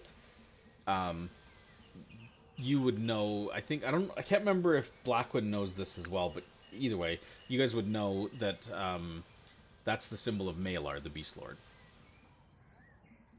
Right, that religion. That's or the god. Yeah, he's a god of hunting. He's very similar to Sekala in that it's like a god of the hunt. It's like a wild god, the Beastmaster, but it's more like land instead of sea. So, but she does have that symbol and then like various like tribal tattoos up and down her arms, and she's like ripped. Like her biceps are probably almost as big as yours, Blackman. So an imposing figure for sure. Flexing party. So yeah, she We're would see going to the you. beach. They leave you two alone. And she would, as you guys would approach, she would hail you, and she says, two members of the Blade Fangs. I haven't forgotten that match. You put on a good show. And Blackwind, the reigning champion. We haven't had another match since that one, so I suppose you're still it. Oh, wow, I thought that fame died out a little while ago. She's like, I keep close tabs on the gladiators. When you haven't had games in a while, you start to reminisce over the ones that were the most recent matches. Frankly, I'd like to see a rematch a one-on-one rematch between you and Slicer. Although he kind of looks you up and down. Looks like you may have you seem to carry yourself a bit more surely than you did last we met. A few more scars. Each one's a new lesson. She nods and she kind of like turns to Aelin, not like as an afterthought, but she kind of turns and just like acknowledges that you're there too. Yeah, I mean it was basically a 1-versus-1 fight the first time, so. She's like, "Well, what brings you to my little corner of the woods?" We were coming to inquire if you were available for work. We have an expedition leaving tomorrow, actually. And by she kind of grins like this wolfish grin and just kind of like slams her knuckles together. She's like, I was hoping. It's been so long since I've been out in the wild. She's like, absolutely. Where are we headed? Fill her in on the details of like the boat. And... She immediately kind of like her grin just kind of like slips a bit. She's like, "Oh, over water. Yeah. That's not a problem. That's fine." Yeah. It's only a couple of days so that we can land on the other side, and then start searching for a friend's contact that went missing, perhaps. Ah, so All that. this is a search and rescue mission, is it? Well, it's Been on a few of those. You have to prepare yourselves. A lot of the it times, what we find could be is not survivors. no. This could be a exploration slash scouting, but we won't know what we have until we get there. But somebody such as you that would know the area well, what we're getting into, what's around. So do you mention that you guys are going to like looking to go to Mezro specifically, or do you just mention like Kitcher's Inlet, that area? I just Pretty, want to know what you're yeah. gonna tell her exactly about what your plans are. I don't think it was a secret ever for it, was it? Like that we were. It's not like a I mean, we're not telling everybody, but I think no. But she's she ought to know. Yeah. yeah. As the guide, yeah. Yeah. I fill her in on that information. Sure. Ultimately, that's where they were heading, so that will be our goal. She nods. She's like, well, I know the area. It's a bit further south than I tend to roam, but I've been there. I definitely know where well, I should say the remains of Port Castigliar are. Mezro, I'm familiar. I can get you there. I've taken some of the fists there in the past. Was Port Castigliar, was that a recent thing that is remains, or has it been ruins She for a shakes her while? head. Oh no, that's been ruined. It was an Amnian port. They wanted to have a presence on the eastern coast. Yeah, it fell. Well, it fell before the Amnians fell. How about that? Cool. Yeah. I mean, we got the boat set up. I think it's only a 2-day trip to there, and then once we're there, she I mean, she nods and she thinks for a bit. She's like, well, I'll be honest. I'm not terribly familiar with the intricacies of sea travel, but I do know the land well. She says, yeah, you'd be looking at, if we make landfall at Port Castigliar, we'll probably have to head southeast, or sorry, southwest about, I would say, if we make good time, 4 days at the most to Mezro, maybe 3 if don't run into any problems. excellent. I mean, And let's then assume there'll be a couple of problems, but she's like, oh, undoubtedly, you'll be heading into undead territory. exactly. But the area around Mezro isn't as bad as areas Oh, really? north of there. Oh, so Yeah, they seem to have something that they're centered on more up there then. she nods and she's like, yeah, only fools will pass through the center of the continent, or the center of the not the continent, Island. the island. Yeah. Peninsula. The peninsula. Oh, She said, so yeah, if you've already hired the boat, but then she kind of like, she's like, well, I mentioned before there is another way. You could go down the river Tariki, and in fact, I don't know if you recall, but I am still looking to do something down that way, and I'll waive my fee if you want to go that way instead. It will take longer, admittedly, probably add 3 or 4 days to the journey because you'd have to travel down the river instead of by boat around the island. But it's an option, just leaving it out there. Or maybe on the way back we head up the river. Not sure what your plans are to head back, but It could always be a possibility, depending. We got the boat held for so long too. So once we're off, and then if we don't return, I think as their plan is after a certain amount of time they're free to go or whatever. So she nods. I mean, She's like, all right. Well, my fee, I do require a 30-day deposit up front, so that's 150 gold pieces. We can take care of that at the bank here. Obviously, if it's Yep. shorter than that, she just gives you the spiel. And yes, as I said, if by happenstance we manage to hunt down the terrafolk that stole my family mask, when we get back, you can keep your fee. That's all. okay. Chances are, like, we've already got the boat, so we'll probably still boat there. But who knows? Time-wise, when all this goes down, we'll see how everything works out. We'll play it by ear. we haven't been down the River Tariki yet, so maybe Yeah. we make another expedition down that way and Yeah. see if we Well. can help you out. Like, and she But- nods and she's like, well, all right, so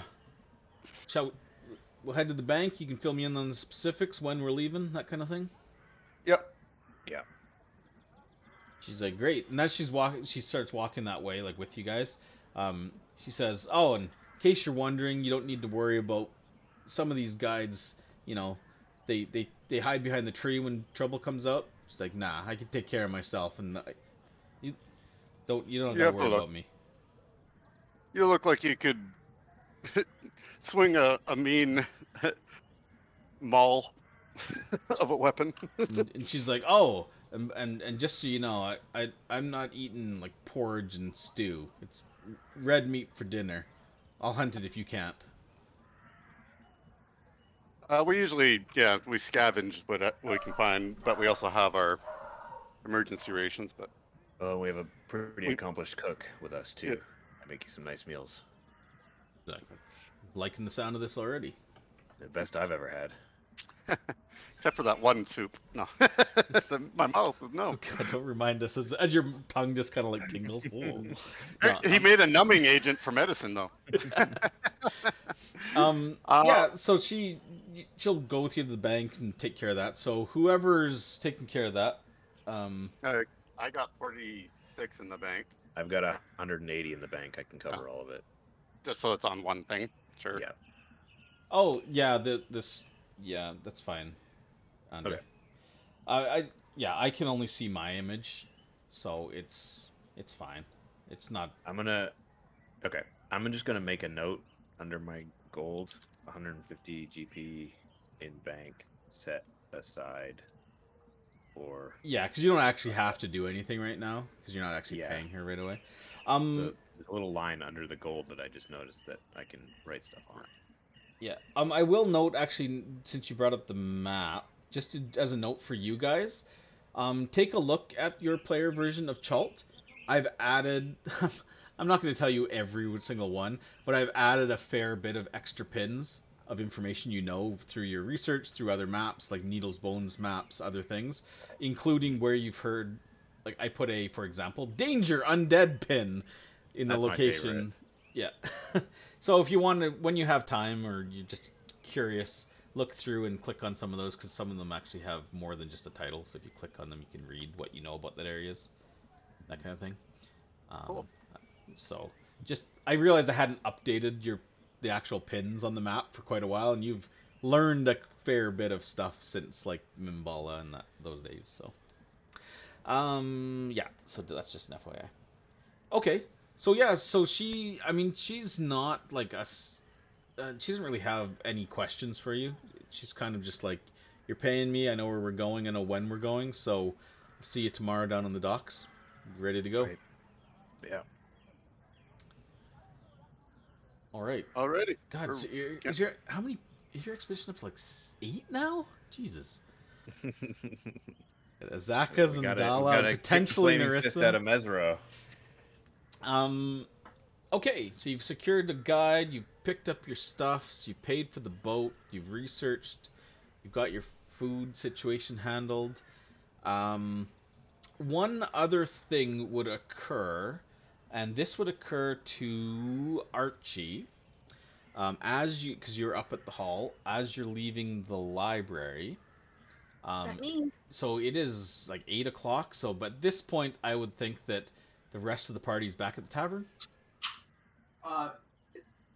Can I say Yeah. that Baz also went to the bank and well, I was gonna ask, do they only hold on to gold, or will they also hold on to like commodity?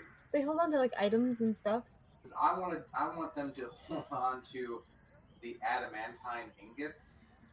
There's no real point in lugging around Sure. those. Sure. Yeah, that's fine.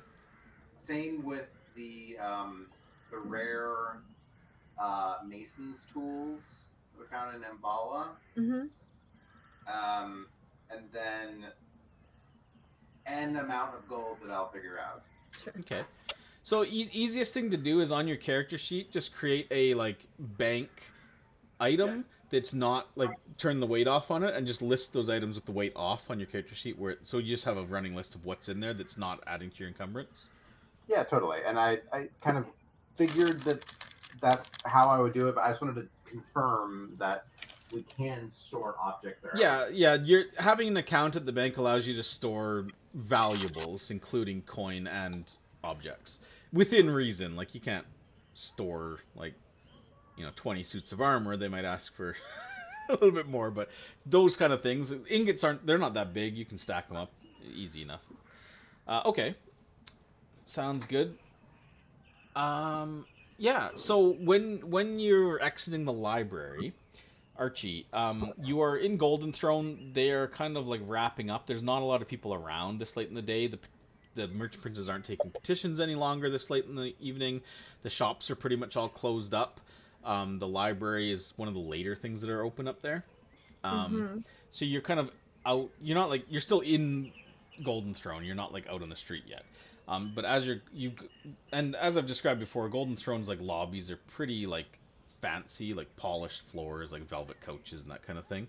And there's guards in here that have like a more fancy uniform as well. So you're not alone in the hall. There's people. But as far as like other like people here on business, you're one of the few. The other people are either staff or guards. However, one person in particular that is here, as you're exiting, would approach you. You recognize her. You've seen her several times now in the city. The first time you saw her at the Temple of Savras, you saw her again recently, last time you were at Golden Throne, meeting with Wakanga. A small kind of a gnome woman. She is in kind of... Last time you saw her, she was in like fancy clothes. Now she's in not like street clothes, but she's definitely more utilitarian clothes. She does have quite clearly a short sword at her side. She's wearing boots instead of like slippers like she was last time. She's not in a dress. She's not all done up with like makeup and stuff. Last time you saw her, she was. But still kind of like fancier dress. Like she doesn't look like a commoner or like a guard. But she'll walk up to you as you're leaving. And she just kind of like gestures to you to catch your attention. Hello.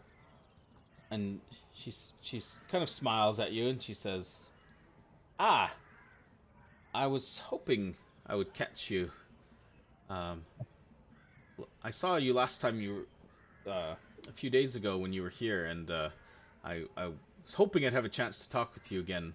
I know you've been out of the city for a while, and Sure. well, I wanted to talk with you, and I had other business that unfortunately, and seems so did you, that we didn't get a chance." She's like, and my apologies. My name is Jamna, and she kind of like extends her hand like to shake yours. I will shake it. She shanks you. No, she I was shakes. gonna, like, and while I'm doing so, I will act like I want to actively keep a hand on my my pouch. Okay. Just because I'm like, they could distract me and somebody could steal it. Sure. And she shakes your hand. She's like, Jamna Gleam Silver. And then Hello, do you say wing silver? Gleam. Gleam Silver. So she shakes your hand, and then she kind of like gestures off to the side where there's like a couch, and she's like, "Sit with me a moment, will you?" A while and listen. Sure. She could take that pouch off you even with your hand on it. She replaces it with a dead mouse, and that's all you're holding. No, she sits down next to you on the cushioned couch, and she's kind of like looks up and down, kind of makes sure nobody's milling about, And she's like, you may or may not know this, but I represent some interested parties in the city. The Zentarum, as a matter of fact. I am the lead liaison between the Zentarum and the Merchant Princes here in the city. We provide most of the mercenary services that you see. Much of the city guard, especially in the more wealthier districts, are hired through us. And then she kind of smiles and says, "Don't believe everything you hear about the Zentarum. We're not all bad guys." More opportunistic is what I've heard. She's like, "Well, opportunity breeds prosperity, as they say." And she says, "And this city, the opportunity has never been greater." Sure. She's like, "But it's kind of what I wanted to talk to you about. An opportunity has emerged that I believe you and your compatriots may be well positioned to act upon." She's like, "I understand that you'll be heading out tomorrow on the Pegasus to places unknown, but I That's heard the- through the grapevine that there was a potential stop up at the fort with the Flaming Fist for a charter." Potentially. Haven't locked down our itinerary 100% yet. She nods and she's like, "People say that we have a protection racket going. They've got a protection racket going. I can't say I blame them. I wish we had thought of it first, frankly." She's like, sorry, quiet part out loud again. There's a problem, and some of the, let's say, concerned parties here in the port aren't liking what's been going on recently. I don't know if you've heard, but certain, never-do-wells out on the seas ambushed the latest shipment of mercenaries I had coming in. All of them except for 2 were slain. And I have a proposition for you. I believe that it's not a coincidence that this comes on the heels of a recent motion by certain someones on the council to bring the Flaming Fist into the city. Mm-hmm. And I believe that the Fist are behind this attack. But I don't have any proof of that. But if I did have proof of that, I could get it to certain someones on the council, and that could probably sway them to definitely not vote to have the Fist into the city, as that would obviously go against the Zentarum interests in the city. We don't need the Fist here. Of course. Obviously you have a much wider reach than what I would have heard. Does the wind seem to be swaying towards the Fist's favor currently? She's like, "Well, if I read the room correctly, it'll be several weeks, if not months, before I can arrange for replacements for these soldiers. They're going, if any more troubles hit the city in the meantime, I have a feeling that out of, whether it's necessity or desperation, they will be looking to increase their forces one way or the other. And the Fist has plenty of soldiers close by. So I have a feeling that it would take a majority vote, and I don't know how some of them on the council stand, but I have a feeling that it may swing in that direction. And If I not don't now, eventually. exactly. However, if we had proof that the Fist were interfering directly with the Merchant Prince's business and undermining their contracts and security, then that would, I assume, prevent any of those such votes from going through. So what I propose, if you are happening to go into the city, into the fort, there is well, the fort is run by Commander Liara Portier. Now, she hands out the charters, so it would give you pretense to be there. But if you could somehow get into her chambers, maybe find some sort of link to her and the pirates that we've suspected that some of the pirates at least may have an arrangement to funnel goods and services to those who aren't friendly to the Fist to increase their standing and wealth here. If there was any sort of proof of that, it would be in her office. So I would just ask that if you happen to find yourself there and happen to dig up any dirt, I can bring it back to me.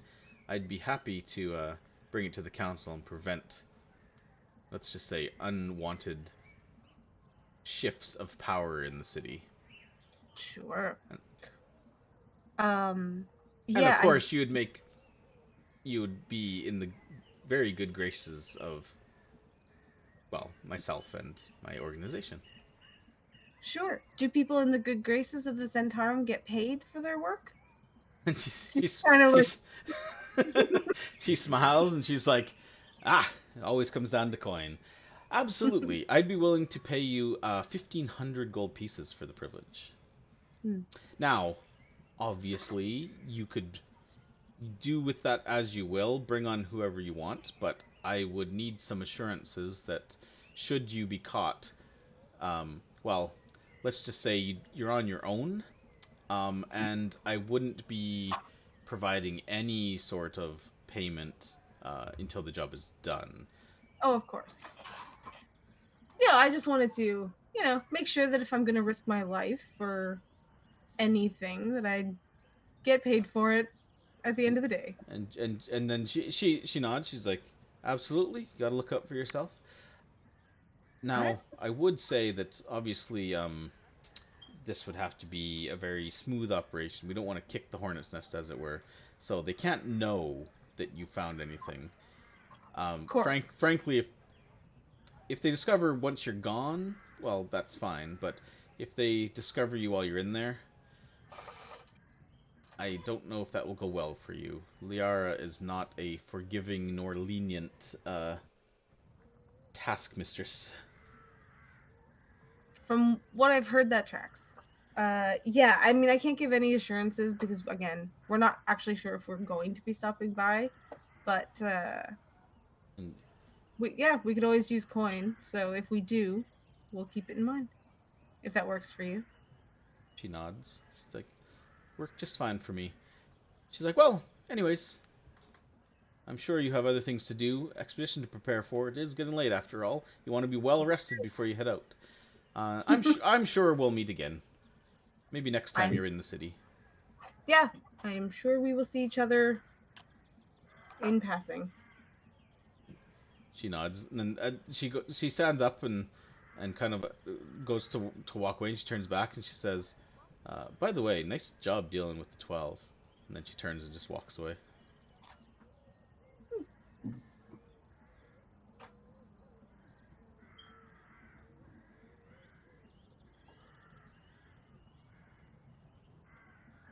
Discretion is our team's name. Discretion is my middle name. Or wait, what's that word mean? No, wait, I meant destruction. Damn it. Yeah, so. When I first arrived, could I have gone to where you make the appointments and stuff, like you put your name on the list? Can I just ask the clerk there, if my name is on a list and I'm heading out of the port for a certain amount of time, should I do we let them know so they put it on hold so we, don't offend them by being called when we're not here? The clerk, who looks kind of bored, he's just kind of like, I can remove you from the list if you don't want to make yourself available to the merchant prince. There's no She's like, no, if you have more important business, we can remove you from the list, and when you come back, you can put yourself back, and when they have time, they'll contact you. There's no queue system. There's no where like you can You can say, just like drop me down the queue for a temporary amount of time. Yeah, it's called call when you're back, and then we'll put you on the queue again. Yeah. She's just Yeah. kind of like, you have to understand, people who leave the city often don't come back, and we can't Sure. be managing a queue of missing peoples. So At here's least- the question: if I'm on the list and I get called while I'm not here, so I miss it, is that like bad, or does that happen all the time? And she's just like, it happens. We'll just strike your name from the list, and you'll be banned from ever being on it again. Well, I guess that's sort Make of an enemy of the princes for the rest of your life. like, do the princes probably don't even really know who they're meeting until like a minute before they're meeting them, right? I Not like- imagine it's kind of it's kind of like other politicians. It's like, yeah, your 2 o'clock's here. Who is that again? Oh, it's some merchant looking for a deal on this. Right, Oh yeah, and yeah, if okay, send them in. Yeah, like, if they've called you, that's one thing. But if you're just on the list, I feel like missing it wouldn't be the end Yeah, of the world. it's more like your 2 o'clock didn't show up. Okay, send in the 2:30. You know. Yeah. All right, I just wanted to sort of get a feel for what that would be. All right, we'll leave it on there then. It's fine. All right. Yeah, and that's all I've got. No more wrenches to throw in your plan. You guys head back to the tavern. I assume share whatever you learn back and forth, maybe over dinner, and head to bed. Or do you have anything else you want to do tonight? If I could start doing the tattoo on Baz if he wanted me to as well, if he's available for that, because it's I believe it was a 3 difficulty, so it's going to take me a couple of sessions, a couple of days of work to do it. Do it. Worth of stamina anyway.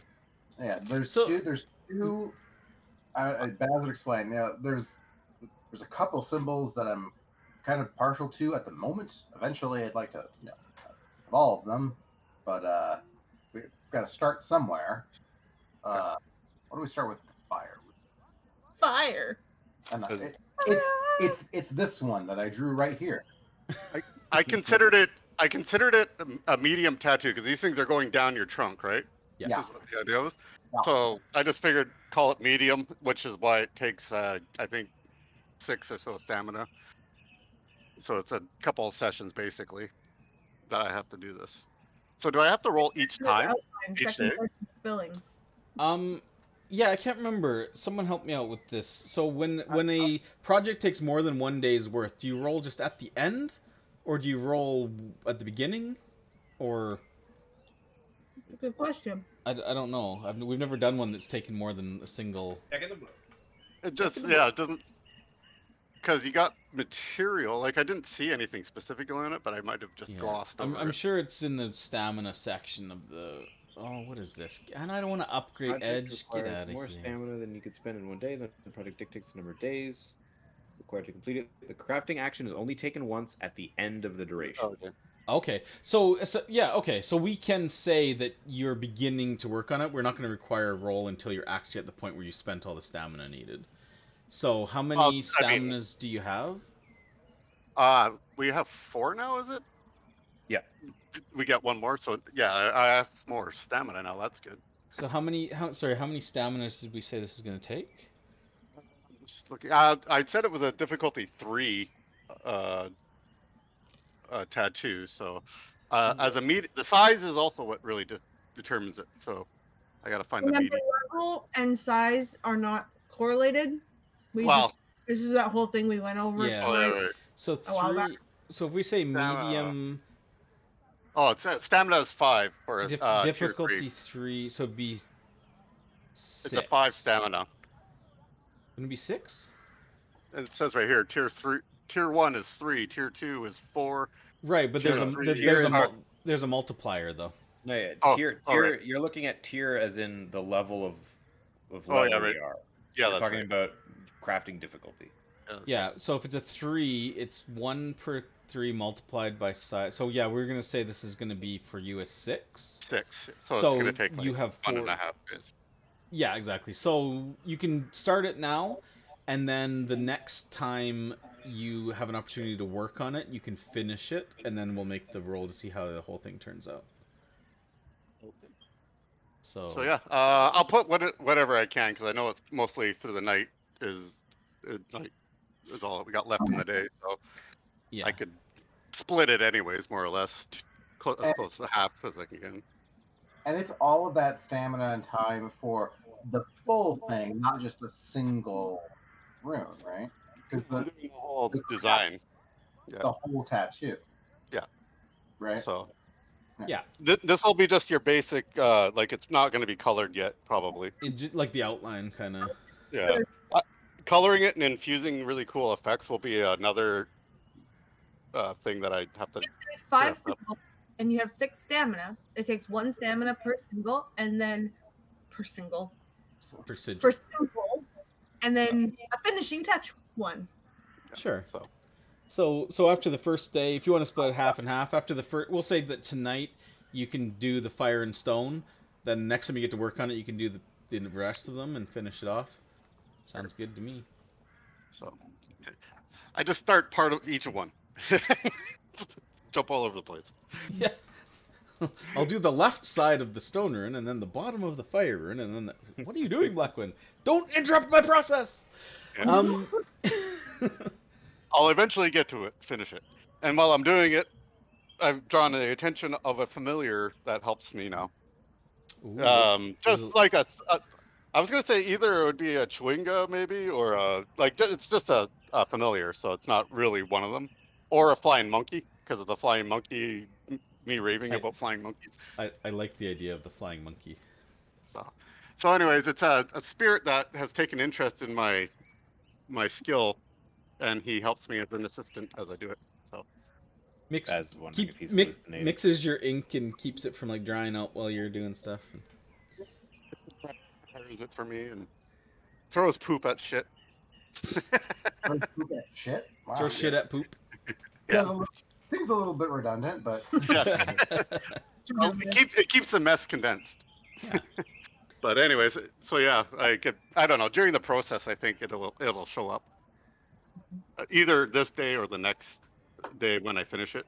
Like I could probably finish it on the boat or something like that, maybe. Yeah. If it's a calm day, anyways. I was gonna say no better conditions for doing finishing touches on a tattoo than a rocking boat. No, I'm just kidding. Hi, this is Johnny Knoxville. We're tattooing on the truck. In the middle of a storm. All right. So I gave you the pirate quest. I gave you the Zentarum quest. Okay, I'm just checking my notes. All right. Well, so you guys are gonna rest, sleep. Did you see my note, Corey, about healing throughout the day? Oh, yeah, that's fine. You can burn your key before you rest. Might as well. Well, because I figure if we got a couple short rests, then yeah, I would have just been doing it throughout the day. And then I will also sneak out again tonight. Excellent. Was this all the same I was attacked day? by a hag last night when you weren't. Man. Yeah, this was literally the same I was here day when you were attacked. So this morning, you guys killed the Venom Queen. Yeah, I'm feeling a little worn out. Doesn't feel like it, but yeah, you guys had like a major combat in the morning, and then like, when about your day? You patched yourselves up and went about your day. Like throughout the day, I would have gotten the equivalent of a short rest. Oh, absolutely. Several short rests. Then I will, at some point in the day, I will. Oh shit! Well, I was down. What? Oh, I was down 3 hit points. So sure, yeah. My first one was fine. But I'm still weirdly wounded for 3. There we go. Okay, let's apply a long rest to the party. What's this roll? Stealth. Aelin, as you're going to leave tonight, you maybe it's the battle, the fatigue of the day, the heat, or just distracted mind. you stumble and stub your toe. This fuck. awakens you, Archie, as Aelin is like near the door. So you wake and you see Aelin. You're not. Is it a dream? Is he sneaking in or out again? What's going on? But there he is. What are you doing? I was just getting up to pee. Go in the pot like everyone else. No, it's just, don't wake me up to do it. And she just turned over. Sorry. I don't have to roll insight because I always believe you. Excellent. You're supposed to be stealthy. What? What? Why is it Archie's turn? Stop. Oh, we're fighting now. I Okay. cast magic missile. So Archie, you're the only one that's wounded overnight. Do you want to use a hit die to clear up those last 3 wounds? Sure would. You could also healing hands if you haven't done it yet. Oh yeah, have you done your healing hands? That wouldn't use I a hit dice. So. I did yesterday, yeah. Oh yeah, you did. Okay. 'Cause that comes back on long rest, right? Yeah. Okay. So you might Once as a well. day. Okay, so you rolled just enough to heal yourself. Yeah. So you'll be down. Did you have the hit dice before you rested? Yeah. I had 1 hit dice before I rested. So you should, yeah, because you should have 3, right? And then it bumped to 3, so I guess I should have 3 now. Yeah, you should have 3. Okay, I Oh yeah, can't. because we get rounded up, don't we? Yeah. So Let we should all me- have 1 more than we do. Well, no, Just it does it properly when it does it. Mm. Is it round up? I think No, I it thought it was doesn't. round down. It is rounding down. I thought we changed it to round up, and that was going to cause you problems because of But- odd numbered. If you levels. give us another rest, we can just bring it down, each of ours down to what Yeah, it should yeah, be. good point. That's right. That's how we got around it. You just wound So us. I just go long rest, and then you guys, if you have more hit dice than you should, you would just use a couple so that it drains it off your character. Just 1. Oh, we Nice. can't because hang on, I gotta wound myself first. Yeah, you give yourself 1 wound, and then you Yeah, roll. yeah. It's finicky. Otherwise, we'd have to do it the other way and just take the half, round down. Yeah. Whatever. Anyways, do what you need to do. There we Luckily, your dreams this night, it was probably in the back of most of your mind. Are you gonna have a similar bad dream that's you waken with splitting headaches or horrible nightmares? But no, tonight's dreams or sleep is restful, and nobody has any terrible dreams or anything, which is a good sign, because from your research and thinking about the hags, you were thinking like, well, what if they just keep haunting us every night until we die? Well, it seems that maybe it was a passing interest, but they don't seem to have bothered you tonight. So you guys are fine. Aelin, you sneak out, do your thing. Nothing untoward happens tonight, except perhaps honing of various abilities. And then you come back in a few hours later. Try not to wake your sister as you walk back in the door. Yeah. I moved the pot that I kicked on the way out. by accident. I don't know why it was in front of the door. You come back in. There's a figure standing by Archie's bed, but it's Gerald. It's fine.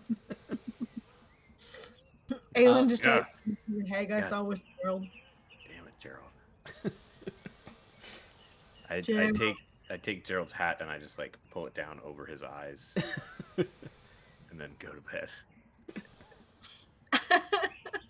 Man, if Aelin ever gets possessed, I'm screwed. I'm just so.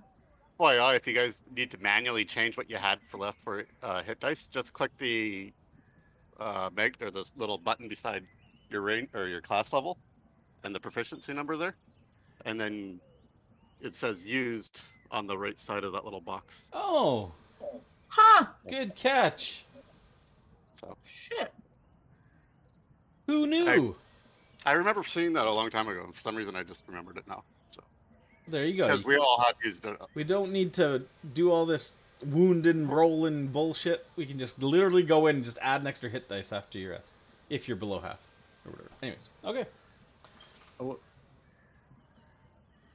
Knowledge is power. looking at that thing, is it accurate that we currently have 800 XP and the next level's at 14,000? Oh. What happened? Let me worry about that after the session. I don't believe that's accurate. No, I'll look into that later. Not Those sure. hags really took it out of us. Yeah, they sapped our XP. We thought we were still level 5, but we're not. I made my save, man. You thought you did. Well, the I got next day comes with a fury. No, just a normal day. You awaken, is the 8th day, the 8th of Ches. You are checking out of the inn. Oland will wish you luck. You eat your breakfast, and there's no... I would have filled in Aelin last night on the Zentarum thing. Oh, good point. Okay. Oh yeah. I also, because I keep fucking forgetting, I would have updated Araceli on the key thing, and I probably would have shown her what happens when you trace it, and I would have been like, I don't know what it means, but it's bright and kind of aggressive. I would detect magic on it when it's bright, just to see if it's like giving off some sort of magical something. I mean, it does have faint magic, but you can't place a school on it. It's yeah. I imagine it'll be something relevant whenever we get to where Yeah. the coordinates are. But All right. yeah, this happened, God, feels like a year ago. It was when you're at the Temple of Gond. I figured it out. Oh. Well, that wasn't really. Yeah, that was like 2 days ago. It was like the first day back. All right. Well, I forgive you for keeping me in the dark. I just kept forgetting. Sorry. It's battle music. Are you guys going to fight? It's not battle music. I know. It's swashbuckler. It's Pirate music. Pirate music. It's swash in the buck. You guys, this morning, you've got all your gear. You eat a nice breakfast. You head down to the docks where you're to meet the Brazen Pegasus. It's clear skies. Looks like it's going to be a beautiful day. Not a cloud in the sky that you can see. The heat is pretty high. The humidity is high. But you're at this point, you've been here like over a month now. You're kind of getting used to the humidity. It doesn't affect you as much as it used to. But there's a bustle of activity. You can see that the Brazen Pegasus, the captain, is out on deck shouting orders. You also see that that Durgar guy, Gorthax. He's kind of just like standing around, kind of stone-faced. Occasionally points to the others to do something or haul something. The crew, it seems, is only like 6 people, including them. It doesn't seem she runs a large crew at all. Sorry, 6 in addition to those 2, not including them. And as you're approaching the dock, getting ready for your second expedition out of the port, tell me, I have a question. What, at this point, is going through your minds this morning as you're walking down the docks? Archie, How fast does tell me. the Kessel run? What is going through my mind?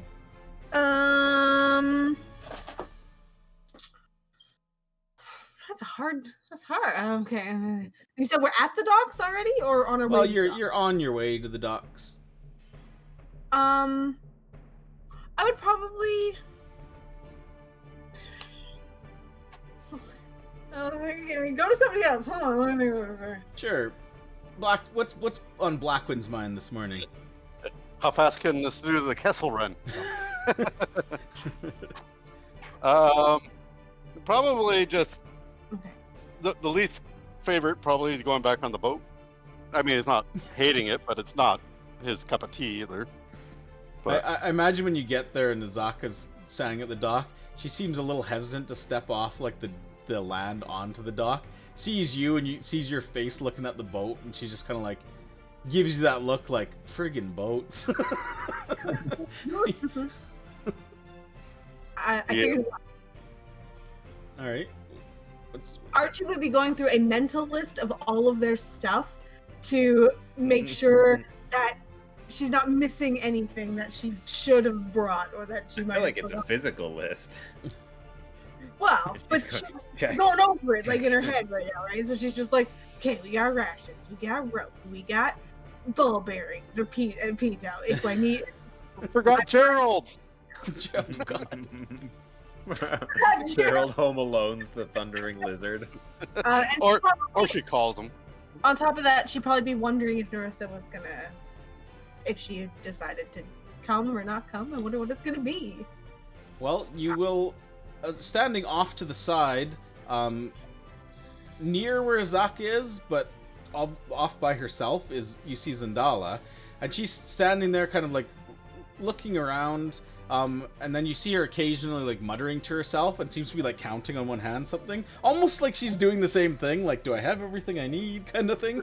But it's obvious that she doesn't know that Azaka's also coming with you, because she's like not with her at all. She's just kind of standing around, but then when she sees you guys walking up, she's like, she kind of gives you like a wave. Aelin, what's going through your mind this morning? I'm looking forward to getting moving on the ship and feeling a breeze, given the heat, and I'm a little anxious about what we may find at the coordinates that we seem to be heading towards. All right. Aelin, also this morning, as you've packed up your gear and you kind of checked out, as you're heading out on the street, people are kind of heading out. You will hear footsteps approaching from behind, and someone grabs your elbow. Yeah, I spin around.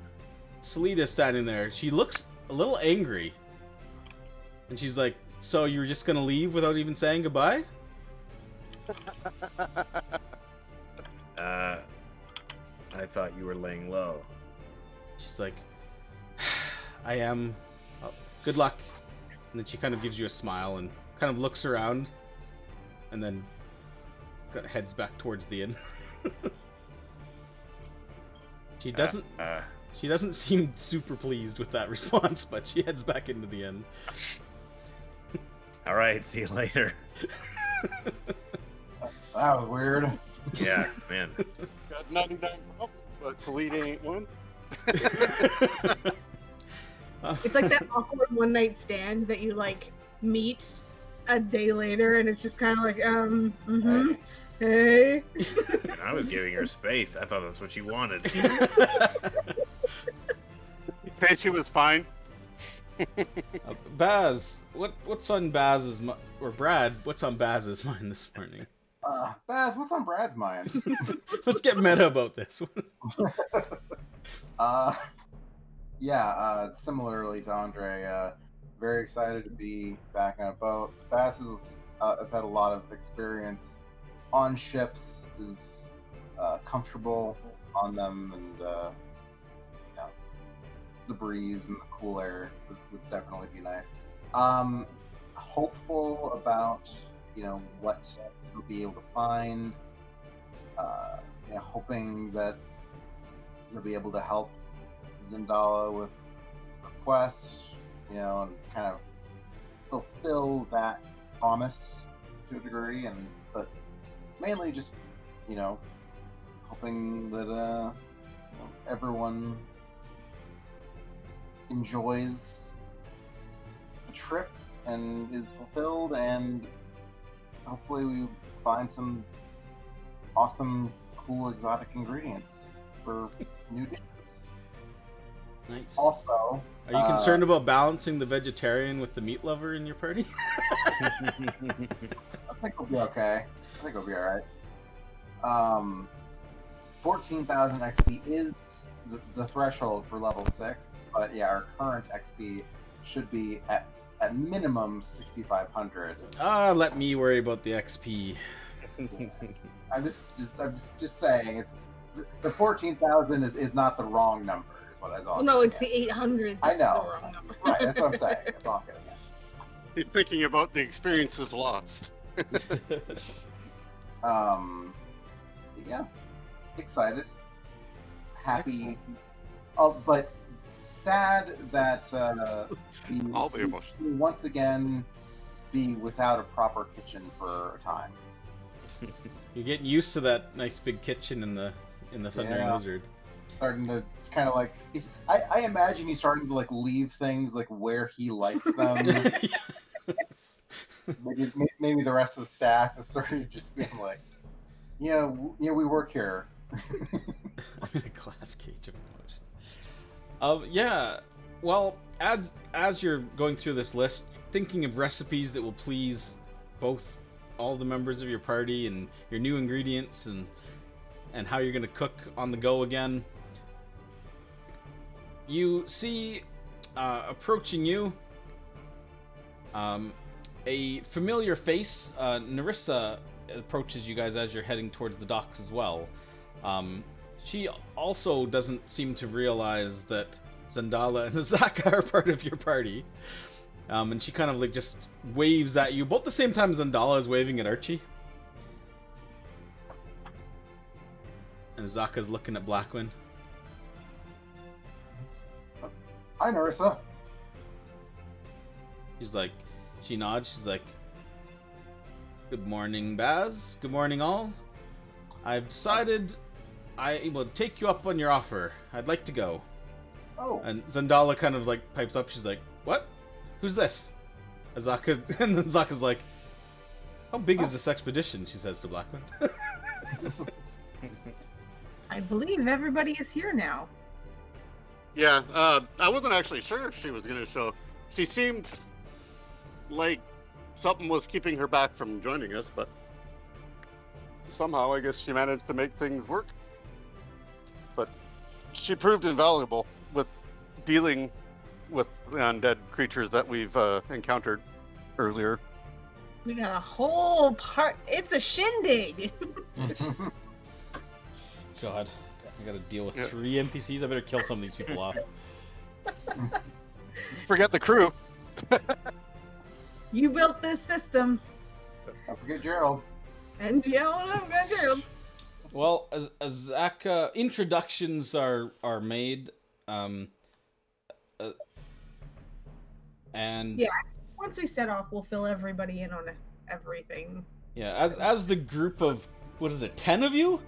No, 9 of you 9. are milling about the docks. A voice calls from up top. Captain Ordame, who I believe, I think I have her image. Maybe I don't. Captain? Captain.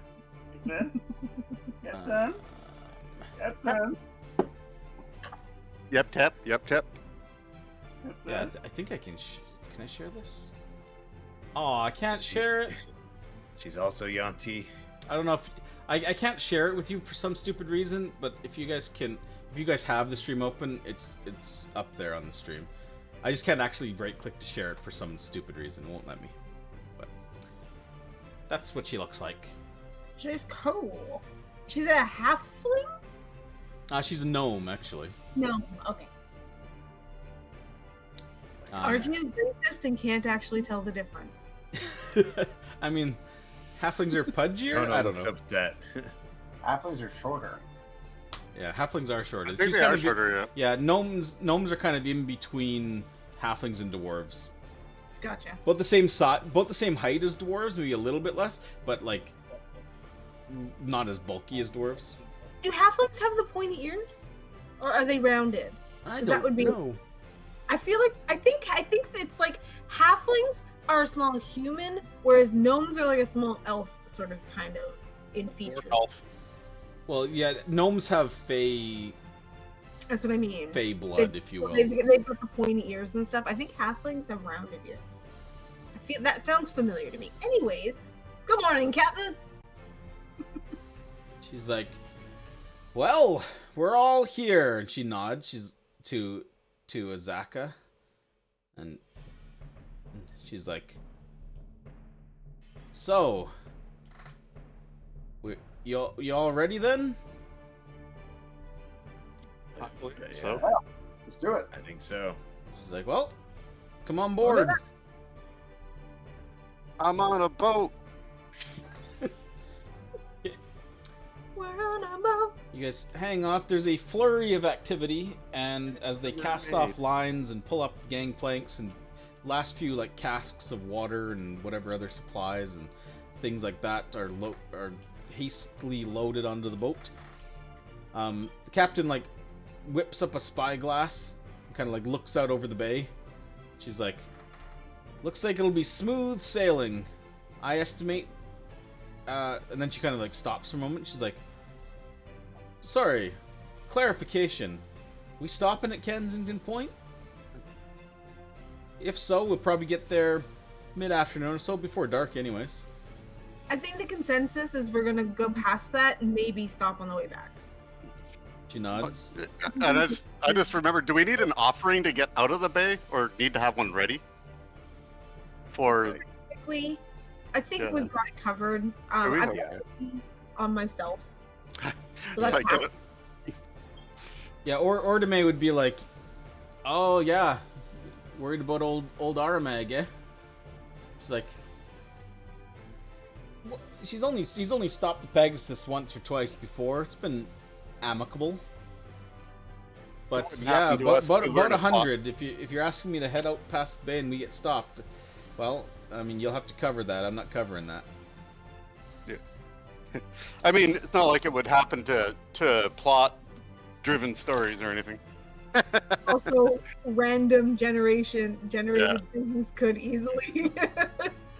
I've got about 50 myself. My guess is Jonah probably has the other 50, but here's the bigger question that we may have to wait and get an answer to is, does Jonah bring Chance? No, he No, he didn't. specifically said he didn't want to bring him out of the city until he was full grown, which isn't for another couple weeks. So, Okay. yeah, because he's a juvenile raptor right now, and his stats are kind of shittier. So, Okay. Yeah, I've got half. So if between the rest of us, we've got the Yeah, other. we've got it covered if we need it. Okay. All right. If we need it. Okay. We'd be horrible to get caught out there without it. From the sounds of it. okay, well, so sorry. Back to the question then. Are we sailing to Kensington Point? Do we need to stop there, or is it sailing to Kitcher's Inlet? We can sail throughout the night, so we should be able to, unless the weather turns against us, we should be able to get there a day or so. Shouldn't take too long if we don't run into any issues. Yeah, I don't think we're stopping. Me too. Yeah. Yeah, we'll bypass it on the way there and maybe hit it on the way back. So straight to the inlet. Mm-hmm. All right, she's like, all right, buckle up, motherfuckers, and she.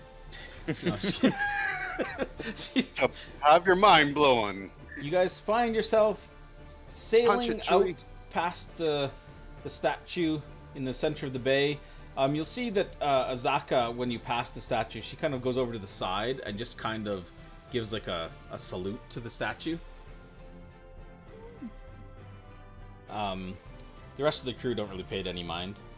And you head out past the fort and find yourself sailing northwards into the Merchant's Bay. The shimmering blue waters are calm. You see like a pod of porpoises kind of like frolicking beside the boat as you head out of the bay. And so I looked up the sailing speed of ships. Ships move at 4 miles per hour. So that means 24 hours. Someone help me out. 80, 92, 96. So rough. So roughly 10 hexes a day. Is that what we're saying? Yep, 96. Yeah. So assuming you sail, and ships can sail continuously as long as the weather's good. So I would say, just rounding, we'll say 10 hexes a day. So looking at our map here. Well, no, that's not right. Wait. That's not right. 4 miles per hour, 4 times 24 is 4 times 96. 24 is 96. Yeah. Each hex is 10 miles, so roughly 9.5 hexes per 24-hour period. Yeah, that's right. Yep. Okay. So then it's gonna take us way longer than we thought. Will it? Well, Yeah, it's like 10 to the point. Doesn't even 4, put us 5, back to the point. It's gonna take us 6, 3.5. 7. Yeah, it's 8. It's 8 hexes to the point. If you curved around and stopped at the point, it's 8 hexes. So that's less than a day's travel. So 1, 2, 3, 4, 5, 6, 7, 8, 9, 10. 1, 2, 3, 4, 5, 6, 7, 8, 9, 10. So you Yeah, it's had right, us it's like set 4 days. way faster than that. Yeah, Yeah. it's like In exploration, you 43. said 2 hexes per hour. Yeah. 2. Yeah, I did, didn't I? Yeah, because I'm like, otherwise it's gonna take like it's like 40 hexes Wait. to get from the point to the thing. That's 4 days. You know? 2 hexes per hour. Yeah, I think If I on had. an ocean-faring vessel. Yeah, I think I had calculated it was like 16 hexes in a travel day. Is what instead of 10. So yeah, it's way faster the way I had it before. I just So 4 miles an hour is not very fast. That's walking speed. Yeah, I mean that's what the DMG says a sailing vessel goes is 4 miles per hour. But I don't know where I got the 2 hexes an hour. That's 20. That's like 4 times the speed, isn't it? Like if you What? got 5 wind hex behind twice. you, Yeah. about Anyways, literally whatever. your walking speed, a brisk walking speed is probably 4 miles an hour. Boats can move much faster than that. Wind provided, that is. It's like, imagine trying to cross the ocean on Yeah. that thing. Jesus Christ. 2 hexes. Yeah, This sailing ship is 120 miles per day. 120, so 12 hexes a day. Is that what we're saying? That's what this sailing ship says, but that's still less than what you Depends on had the. given us. What did I give you? Let's go with that. 2 hexes per hour. 2 hexes. So Fine. 24 hexes. Let's do that. Or, no, Or you said 48 hexes 16. in a day? Yeah, it'd be 48 Yeah. minutes. Which that tracks with how long it's about 43 or so, 43 hexes to go from the port to the inlet. So the 2 hexes an hour is what we had assumed is 1 days on the thing. Otherwise it's going to take us 3 to 4 days on the water. Yeah. So it's a big Sure. difference. Okay, so Travel across land probably faster than that. 1 maybe. hex per day is how fast you go Yeah. across land. I know. Nowhere close. Almost. Nowhere close. Literally a tenth. We'd be halfway there. Well, actually, he's not entirely wrong. Because assuming where it's marked on the map, it's about 9. So it would take about 9 days if we did a straight shot to where we're going. And if we had the slow travel on water, it would be 4 days plus 4 days inland. So it would be about 8. So it would barely be faster. Some For- zombies. For So. yeah. I'm just saying. Sure, okay. This conversation's done. It's 2 hexes an hour. Let's move on. So 1, 2, 3, 4, 5, 6, 7, 8, 10, 5 hours, 6 hours. So it takes about 6 hours to get north, heading out of the mouth of the Bay of Chult. So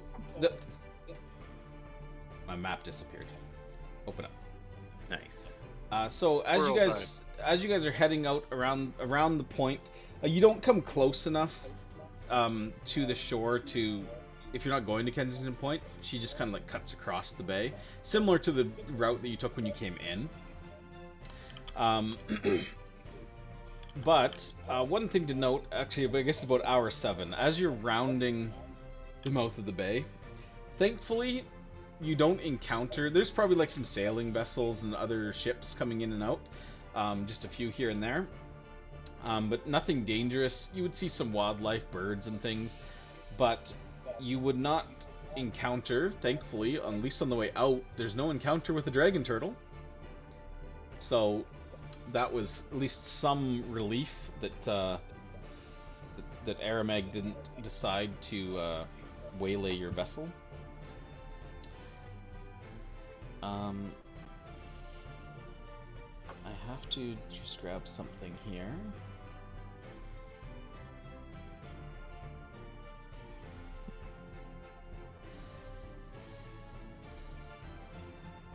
Sorry, give me 1 sec. I like the sea music. You can find the Final Fantasy 1 ocean-bearing music.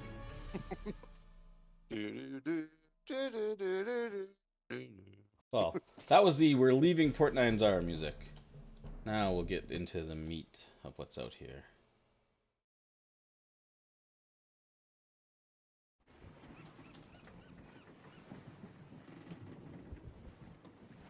The excitement of leaving the port after a few hours kind of dies down as the monotony of a long, like, multi-hour journey with just kind of open ocean. Although beautiful landscapes surround you as you head around the point, there's a fair bit to look at. Once you're actually out on the ocean a bit, you kind of, the lull of the waves and kind of just saps the excitement a bit. In the first 6 hours, so you said you're gonna just kind of powwow with the 3 of the people and kind of just fill people in on what the plan is and who each other are and stuff. So we'll say you did that. That probably was in the first hour. Is there anything else? Sorry? So I'm sure they're all fast friends by now. Yeah, Azaka doesn't seem to care for Zandala, but her and Nerissa seem to have a decent. They don't like hit it off per se, but they're pretty good. But Zandala just doesn't really talk with Nerissa or Azaka too much. She kind of keeps to herself unless you guys talk to her. Really, she doesn't really say a lot. Just kind of like writing in a little book and kind of like. I asked her about the mask of her family that was stolen. Like, is it a Azaka ancestors? Yeah, or like the history of it. Azaka's looking a little bit like green around the gills with the rocking of the boat, but she's just kind of like, she seems relieved to have like at least some conversation to keep her mind off of the rocking boat. And yeah, she would tell you that yeah, it's a family heirloom. A lot of the Tabaxi tribes, and by Tabaxi again, she's referring to the Chalton people, not the Cat people. A lot of the Tabaxi tribes in the area do have various like animal totems, or like family totems, that kind of thing. And it's in Chalton culture, a lot of the tribes outside of the Port Nyanzaro, its customs kind of fallen out of favor in Port Nyanzaro, but a lot of the tribes out in the jungles where she's from, they kind of carve their animals into kind of like replica masks. They're more ceremonial, like they're not for wearing like Aylin's mask, but this particular mask so it has sentimental value. It's been passed down from her grandparents and even further back than that. And she says it's a beautiful carved mask of a tiger. Mm-hmm. And yeah, she would explain how she wasn't there to defend it when they were attacked, but Terrafolk attacked her village and kind of made off with. Not only did they kill a couple people there, but they made off with just loot, and one of the things was this mask that they generally kept hanging over like the chieftain's house, like above his door frame on the outside is kind of where this was hung, and they stole it and presumably took it back to their roost in Firefinger. And since then she's been hoping to to find someone heading that direction to help her get it back, because she doesn't think assaulting it. She says her people aren't really. Well, one, they're not overly good with heights. Or And boats. or boats. But she also says that like she's a bit of an exception from her tribe as far as like having, you know, wanting to head out and see the world and face dangers and things. So, and she doesn't feel confident enough in her abilities that she could take down an entire Terrafolk tribe. Bless Okay. Well, I express my sympathy, and like I share, like I have similar beliefs with ties to ancestors and totems and whatnot. So one way or the other, I will help you find this mask. I just like, if we can't do it right away, hopefully I will find it for you, and we will retrieve it together. Did the Terrafolk see some sort of value in the mask? Why would they steal it?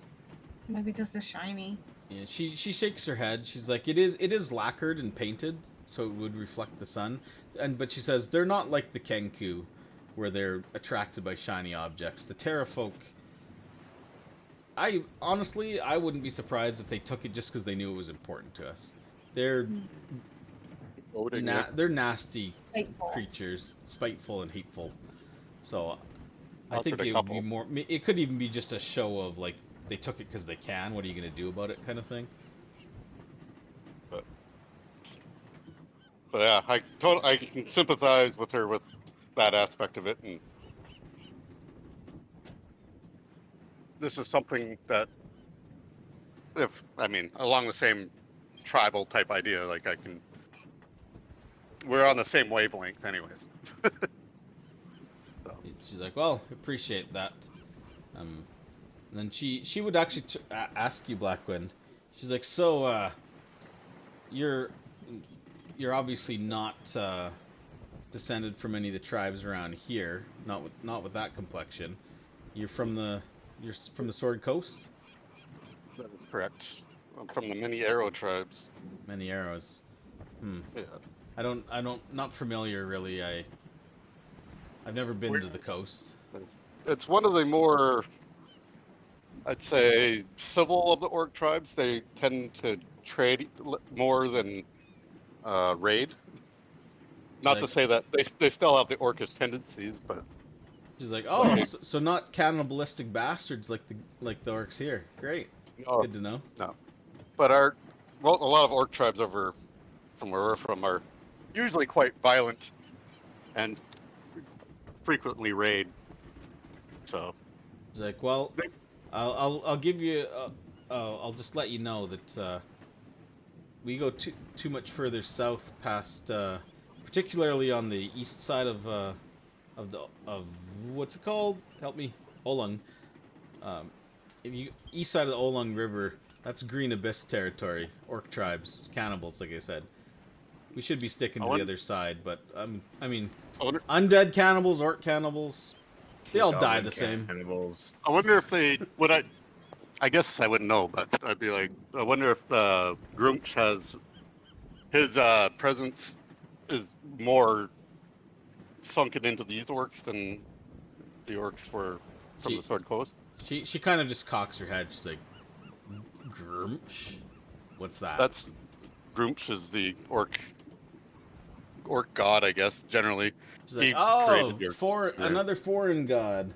Yeah, I doubt he's got any influence here, but who knows? Seems like a lot of gods cropping up from your parts these days. It's same god under a different name, but he's infused the orcs mostly with his essence. I guess that's what makes them so warlike. I guess to tend to, but we all have free will, so. Yeah, as far as I'm aware, the Green Abyss are driven by one thing, and that's just hunger and hate. I didn't even know about this. This will be interesting to see then. Green Abyss? Yeah. She's like, well, So- let's hope we don't see him, because if we see Yeah. him, we'll probably have to fight him. And if we fight him, well, there could be casualties. And she kind of glances pointedly at Zendala sitting writing in her book. As you see Archie sitting beside her, writing in her own book. This is good to know, though. I didn't even hear about any orcs on this peninsula until now. So She's like, not surprising unless you're going further afield. And like I said, it's a fair ways from any of the from the port and its concerns. So most people are more concerned with the undead and what's close by versus what's on the other side of the peninsula. what about what's close at hand? So okay. I noticed you acknowledging the statue in the harbor when we were leaving. I was curious about that when we came in. What does that represent? It's a good question, Archie. She says as the GM pulls up his notes. Archaeologist, the archaeologist must know. She says,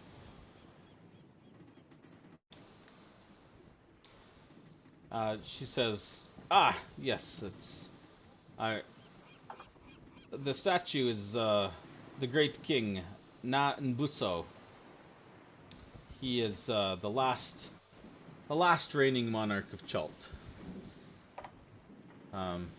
Before the Amnians took over. When the merchant princes took the city back,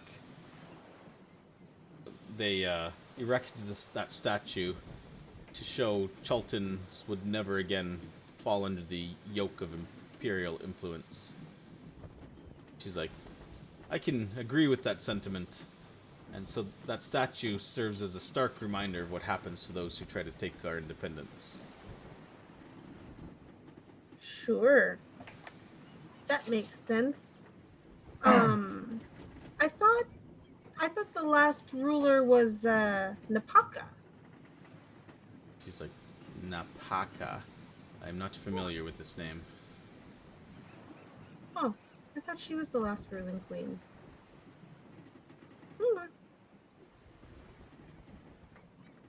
Oh, never mind. I see my mistake. I knew you'd get there. She was the last. Well, it could be two things. Either it's queen and king. She was the last queen. He is the last king. Or she was the last queen of Omu specifically, and he ruled not from Omu, but like Mezro or something. Bear in mind that Nine Zaro, before the Amnians took over, was its own thing, right? Yeah, that's what I mean. Like they're not the same. Yeah. On the subject of masks, Aelin, basically, once we left the port, and since we've been out, he would have been making sure that his mask was on the whole time. Okay. Sounds good. By the way, out in the ocean, don't worry about insect repellent. The bugs aren't bad. When you're on the ocean, the bugs aren't bad out here. It's not until you get inland. That's good to try. Did anybody else do anything that first stretch? I think I would try to chat with Zendala. Me too. Get to know her a bit more. What does he do? Yeah, well, actually, I would want to steer clear from specifically asking about artists. Like I want to talk to her specifically. Be like,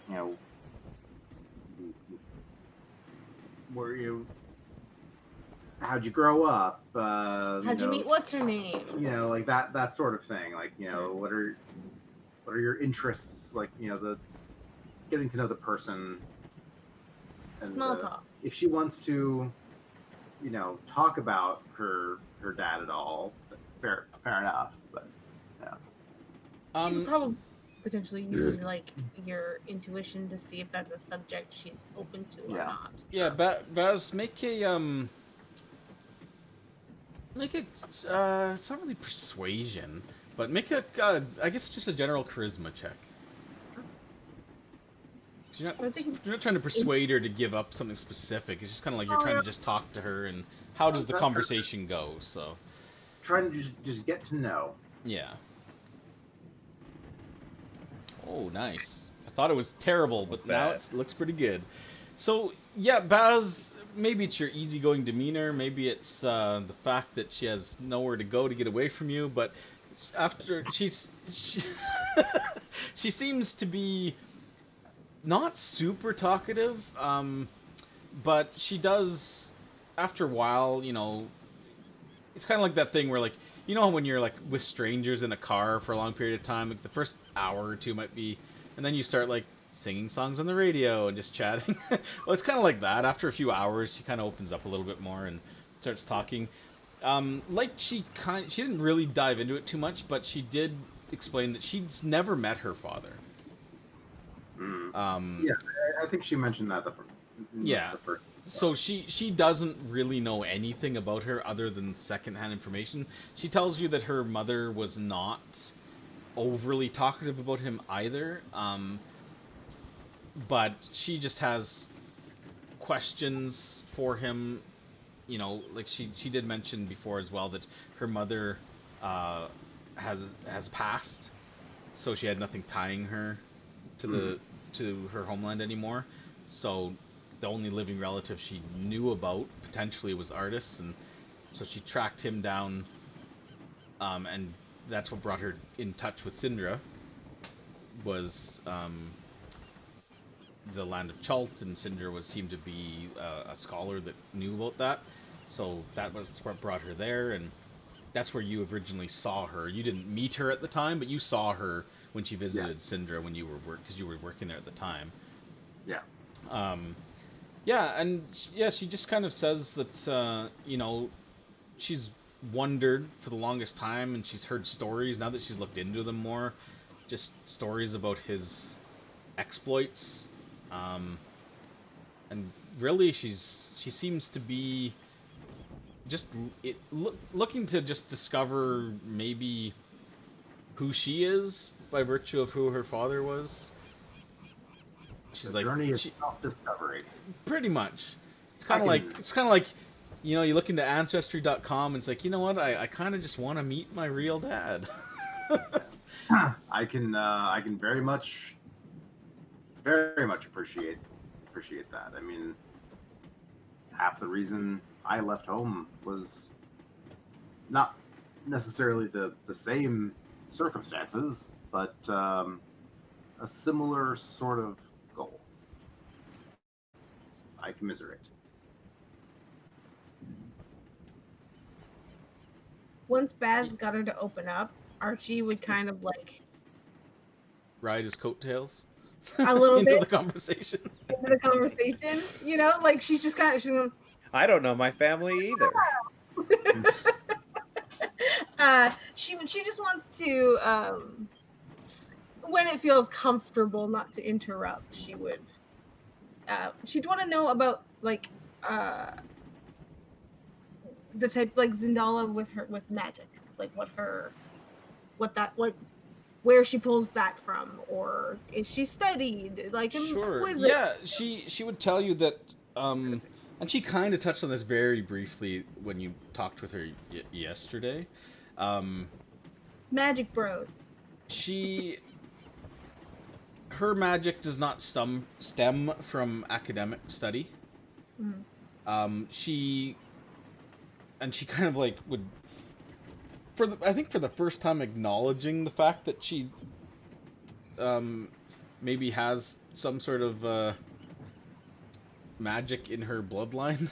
She kind of like gestures at the scaly like freckles, and she says that her mother always told her that it showed up sometimes in their family. She's like, I don't know if it's true or not, but from what my mother always said was that we had dragon blood in our family. And well, sometimes I guess that manifests into certain innate talents. She's like, so the power that I have kind of comes from within, i.e., she's a sorcerer. A draconic blood sorcerer, in fact. Sorcerer or warlock. It's got to be one of them. She's like, but that said, she said she has, That's you know, cool. her mother did teach her a little bit about certain things. Yeah, and she seems to be pretty proud of the fact that she's like, Aelin, if you're overhearing her, you kind of get the sense that she may kind of take pride in the fact that her power is like innate. She kind of gets that, like, she doesn't like, it's not like she's like, oh, I'm better than you because the magic is like from my blood, but she kind of has that, a little bit of that kind of like sense that she's super proud of the fact that she didn't have to like work super hard to unleash these powers. You know, like, it's like, I'm powerful because it's me, not because of some book I read. Kind of, that's kind of the vibe you get when she's talking about her magic. I'm assuming Archie doesn't pick up on that. Not as much. You probably a little oblivious to like the undertones of her like tone when she's talking about magic, because she doesn't outright say anything like disparaging or anything. It's just kind of like, yeah. But as far as like what she can do, she would tell you. She would tell you a little bit. One thing that you're fairly certain of is that her magical abilities, she says, based on what how she talks about it, it sounds to you like they're pretty advanced. In fact, she may have a more innate power than you've gained through your studies. I.e., she might be able to cast spells that are higher level than you can cast. But as far as what she's able to do, she wouldn't like go and start casting using her spell slots, but she would tell you like she's mastered simple things, as she calls them, elemental magics. She's like, they come pretty easily to me, and she kind of just like lists them off, like acid, fire, frost. These are pretty basic concepts. And again, like, Aelin probably picks this up with your role, but Archie not so much. But it's kind of like, she almost gets a tone almost like she's talking, not talking down to you, but talking from a position of like authority. Like, she just kind of gets that like self-assured, like, oh, these are super basic, you should know that kind of tone. But I don't think Archie would really pick up on this too much. Well, it's funny you say that, because when she says she isn't learned, Archie would like start explaining to her in like, you know, like how it works when you are, how you can, you know, I can sort of change daily what I want to focus on, but it wouldn't be in a condescending way. It'd be in more I get that you don't really understand how my side of it works. So I'm telling you, I want to know what you can do so I can compensate for what you can't switch in and out. Is kind of how she would, but again, it's not a condescending way. It's more of a, like, she makes a lot of boom boom. An informative sort of like, I want to know what you can do so that I can potentially, you know, or shore up gaps. Yeah, and so it's essentially, like, she doesn't tell you everything, but yeah, she's pretty adept at elemental magics. Okay. She does say that she has also, and she doesn't know if it's due to her draconic heritage or not, but she has mastered certain things that allow her to, like, essentially she tells you that she can do things like fly and feather fall. She's mastered that, but she attributes that again to her draconic heritage. Like, dragons can magically fly, so she assumes that's where that comes from. And like the elemental magics, dragons are elemental in nature, like with their breath weapons and stuff. So much of her abilities are centered around that, but she doesn't tell you everything. Sure. No, that's good to know, because I was like, because I have to swap around for a day, knowing what you do definitely get the sense that she doesn't have any like ritual stuff. Like, she doesn't have any, like, and she would outright say, like, she's not Sure. She doesn't study magic. She doesn't have like a ritual book where she's like set up a ritual, and that's not how it works for her. She just summons it, and in fact, she will kind of through the course of the conversation, she would let you know that she's become so familiar with certain things that she can do that she can summon and activate them very quickly. She has the quick and She's cooking. Yeah, it just comes so naturally to her that she doesn't even have to think about it. She can just like unleash it. Archie thinks that's very cool. She's feeling a little bit. I spend my turn thinking that's cool. So She yeah, and spends then her- of course she has her familiar, but she would explain Summerwise is not a summoned familiar. Summerwise is a companion and friend. She can't dismiss Summerwise. He's not an actual familiar. She kind of acts like that, but she also makes it very clear that he's also not a pet. Yeah. Unlike Gerald, who just is a construct. Yeah. And Summerwise does not talk to you guys. He doesn't even show himself. He stays invisible. As far as you know, maybe he's not even here. But the way she talks about it, it sounds like he is here. Where he is, you're not sure. But yeah. With him. So as you guys are having these conversations and the day is moving on, you guys kind of round the point, and you're a bit closer to the shore than the trip when you came in. So there's kind of like this northern bay. You see the tip of the Thresher Hook Mountains, which are kind of these big, kind of like sheer, jagged, kind of like spiky rocks that just like jet out of the earth, like thousands of feet up around the point. You can see that there are the coastline. She doesn't get too close, the captain, because you can see that the coastline looks pretty treacherous around the point here. So she maintains a fair distance, but the mountains are visible over the ocean, like way far off, so you can still see them jutting up. You can barely make out. You're not close enough to the shore to make out if there's any settlements along the shore or anything. You're just too far away for that, but the mountains definitely dominate it. And one thing you notice as you're kind of pulling around, so this would be at hour 1, 2, 3, 4, 5, 6, 7, 8, 9, 10, 11, 12. This is like hour 13. So it's like mid-afternoon, like 3. You probably left at... Actually, no, it's probably evening. It's probably like close to sundown now. Like the sun is going down as you're coming around the bend here, right? If you left at like 13 hours later... Yeah. That'd be like, yeah, so Like actually I'll back you up a little bit because it'll be around sunset, around 7.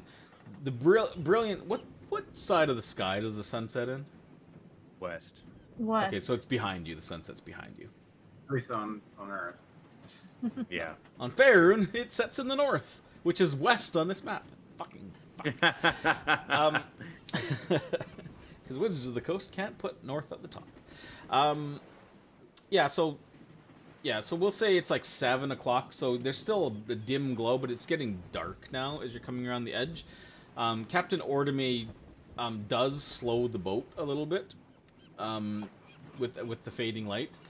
And you do notice that she kind of like comes down and starts giving some orders to the crew, and they start like picking up like loose coils of rope and like brooms and like scrub brushes and things that are on the deck, buckets, and just kind of, and they seem to be making an effort to secure things that are kind of like loose on the deck.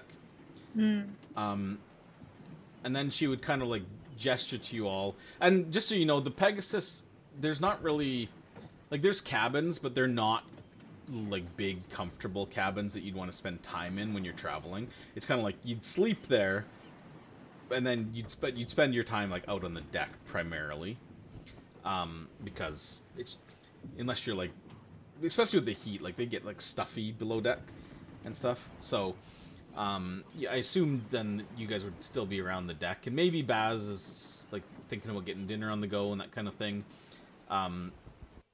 You guys can decide whether you cook on the ship. They don't really have like a kitchen. They have like a little galley that has like very basic, but about as technically advanced as you would probably cook with your like traveling supplies. It's not like a elaborate thing.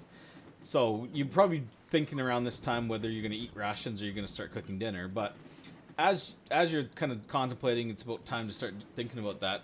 The captain kind of like just wave you all over, and she's just like, kind of points off to the east. She's like, well, it's a good day overall. We'll be coming around the hook soon, but she kind of like points off on the horizon, and you can see that there are some wicked looking dark clouds.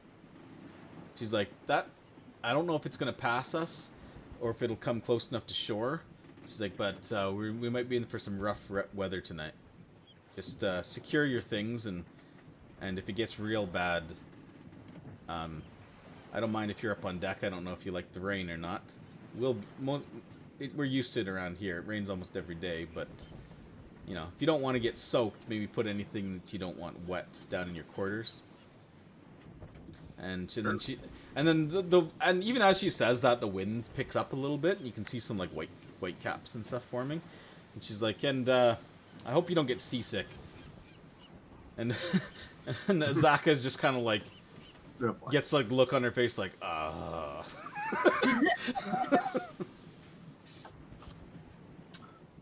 Well, I'm happy to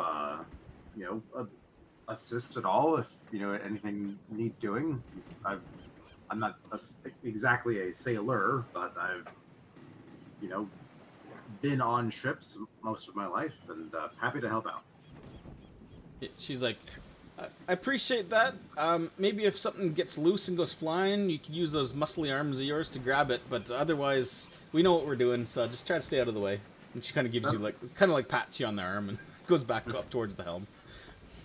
That sounds good. And by pat you on the arm, it's like pat, pat, like above her head. The condescending, like, thanks there, champ.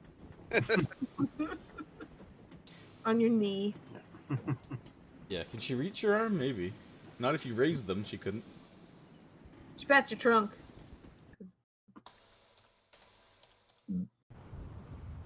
Yeah, I would probably like make because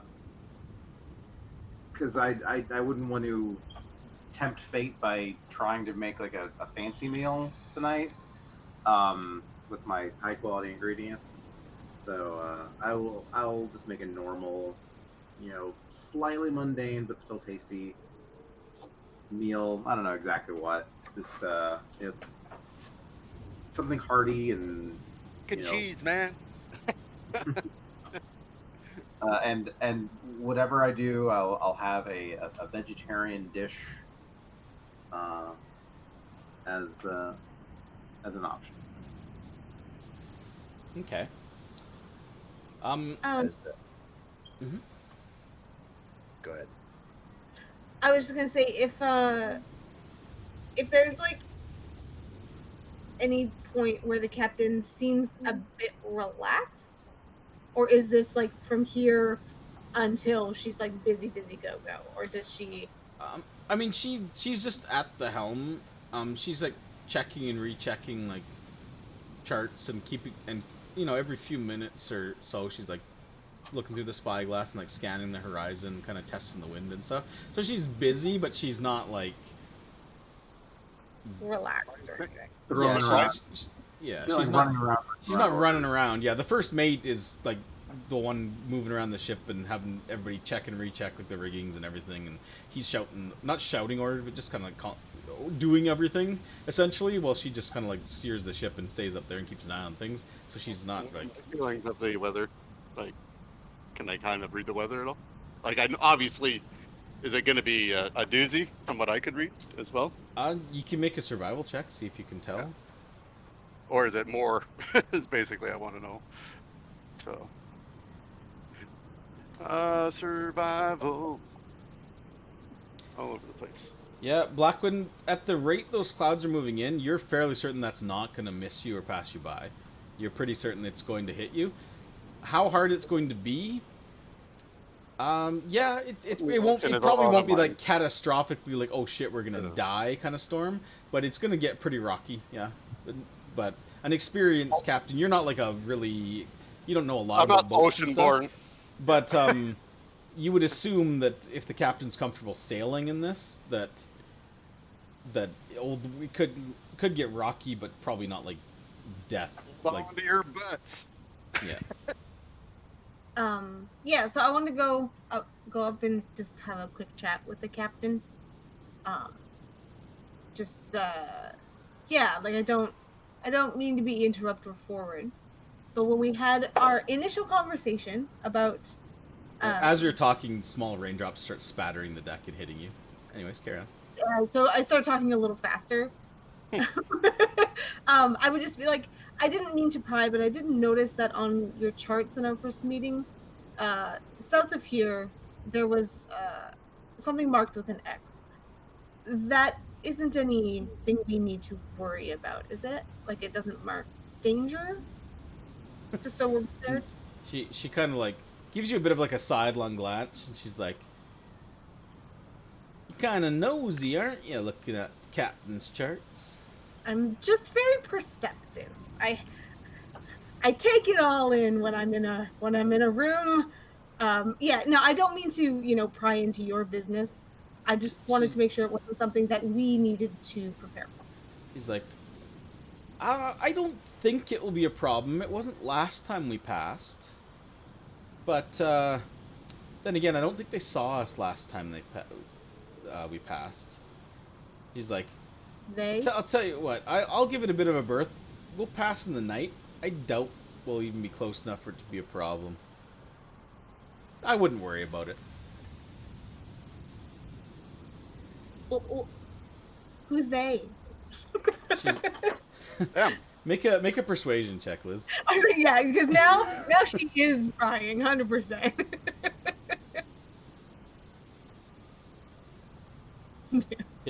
She kind of looks at you. And she just kind of chuckles. She's like, "Nothing to worry about. Just some other sailors." Some sailormen with peg legs. She kind of shrugs, and she's like, and then for a moment, there's a bit of like a bright flash in the sky, and then you hear like a rumble of thunder. And she's like, "But anyways, yeah, it's like I said, I don't think there'll be a problem." Sure, I'm light as a feather. I think I'm gonna go under the deck. He's like, sure. And then suddenly there's like a blast of wind that kind of just like doesn't roll the boat, but basically like the waves suddenly just get super choppy, and it kind of just like half rolls a bit, and the sky just like opens up with like a boom. Yeah, I'm out. Anybody on deck? Can you give me a dex check to stay on your feet?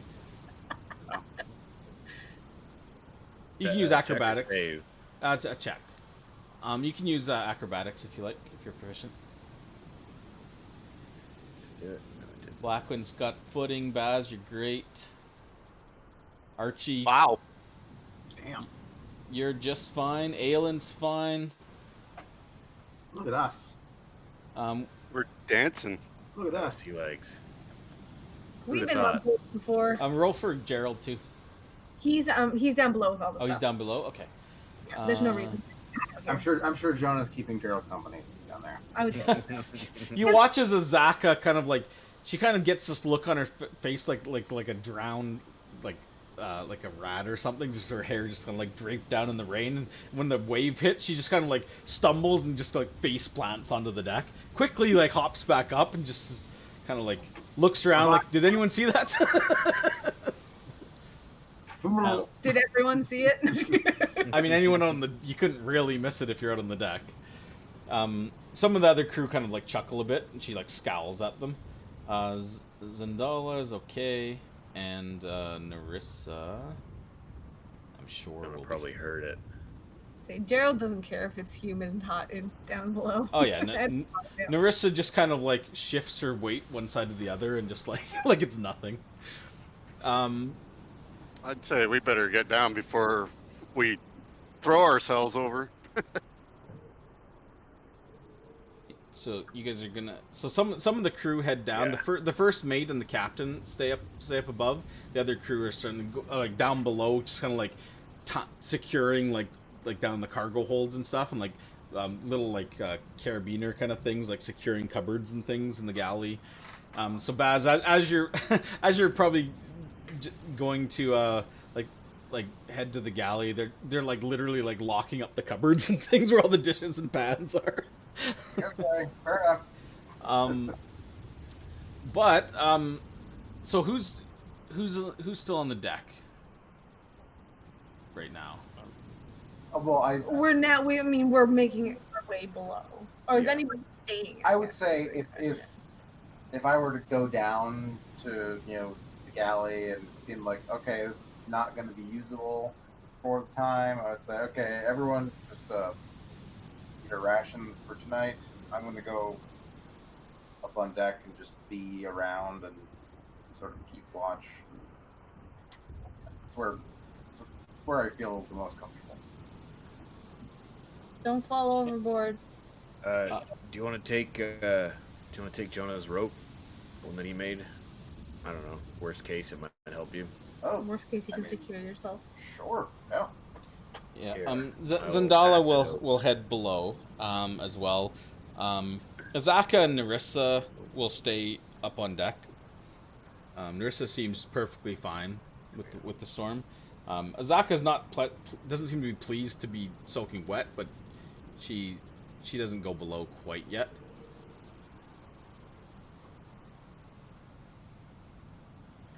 I could tie a rope around my waist to tie the other part to Gerald and have him stay like 20 feet in, and then I can walk out and enjoy it, but be tethered.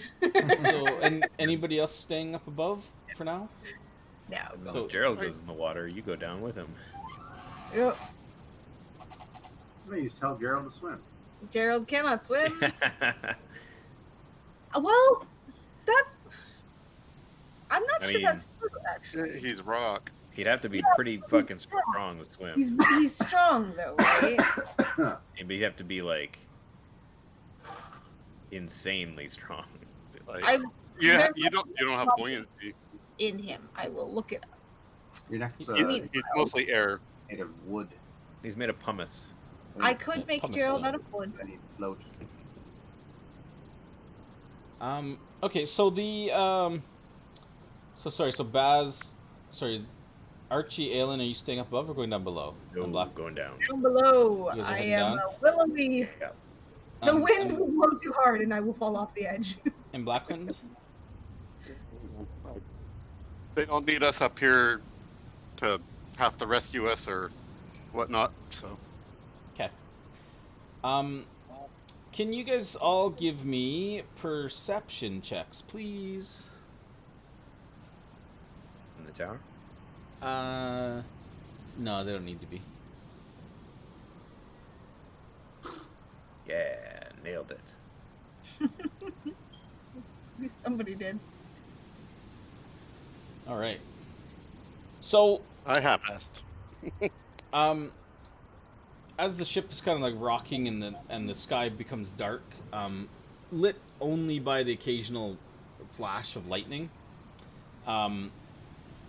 Baz, you actually notice this being up on deck with an 11, and very shortly, Aelin and Blackwind, you're going to hear this, but Archie, you're oblivious to the world with that roll.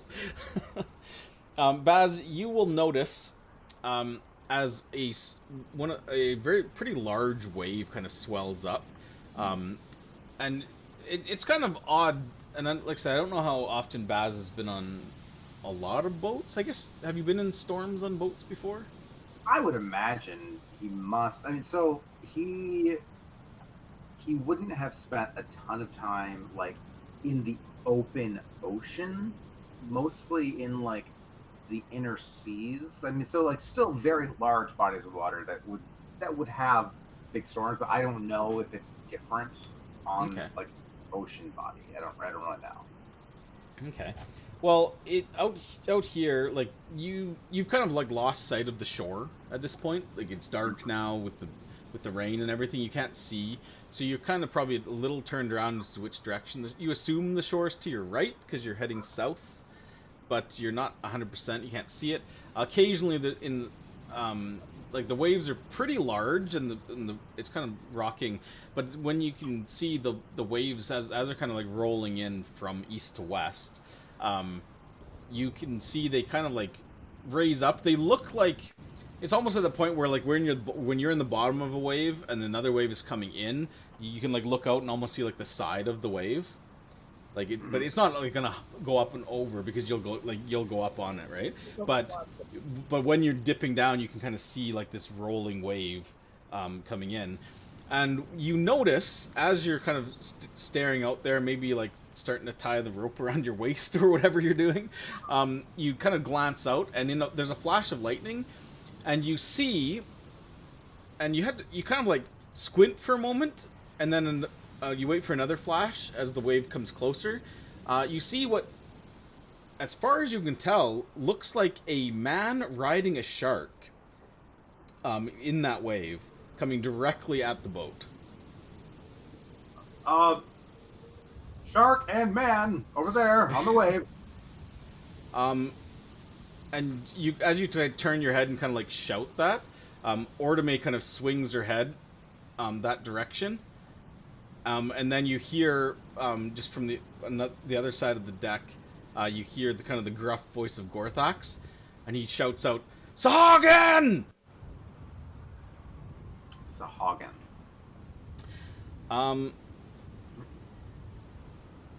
Let me share this with you. I'm quite proud of my map, by the way. Why do we need a map? Yeah. Except it's too. It's just to show us what the ship looks like. Okay, cool. Yeah. Yeah. Oh, it's having trouble. Come on. Faster guns, you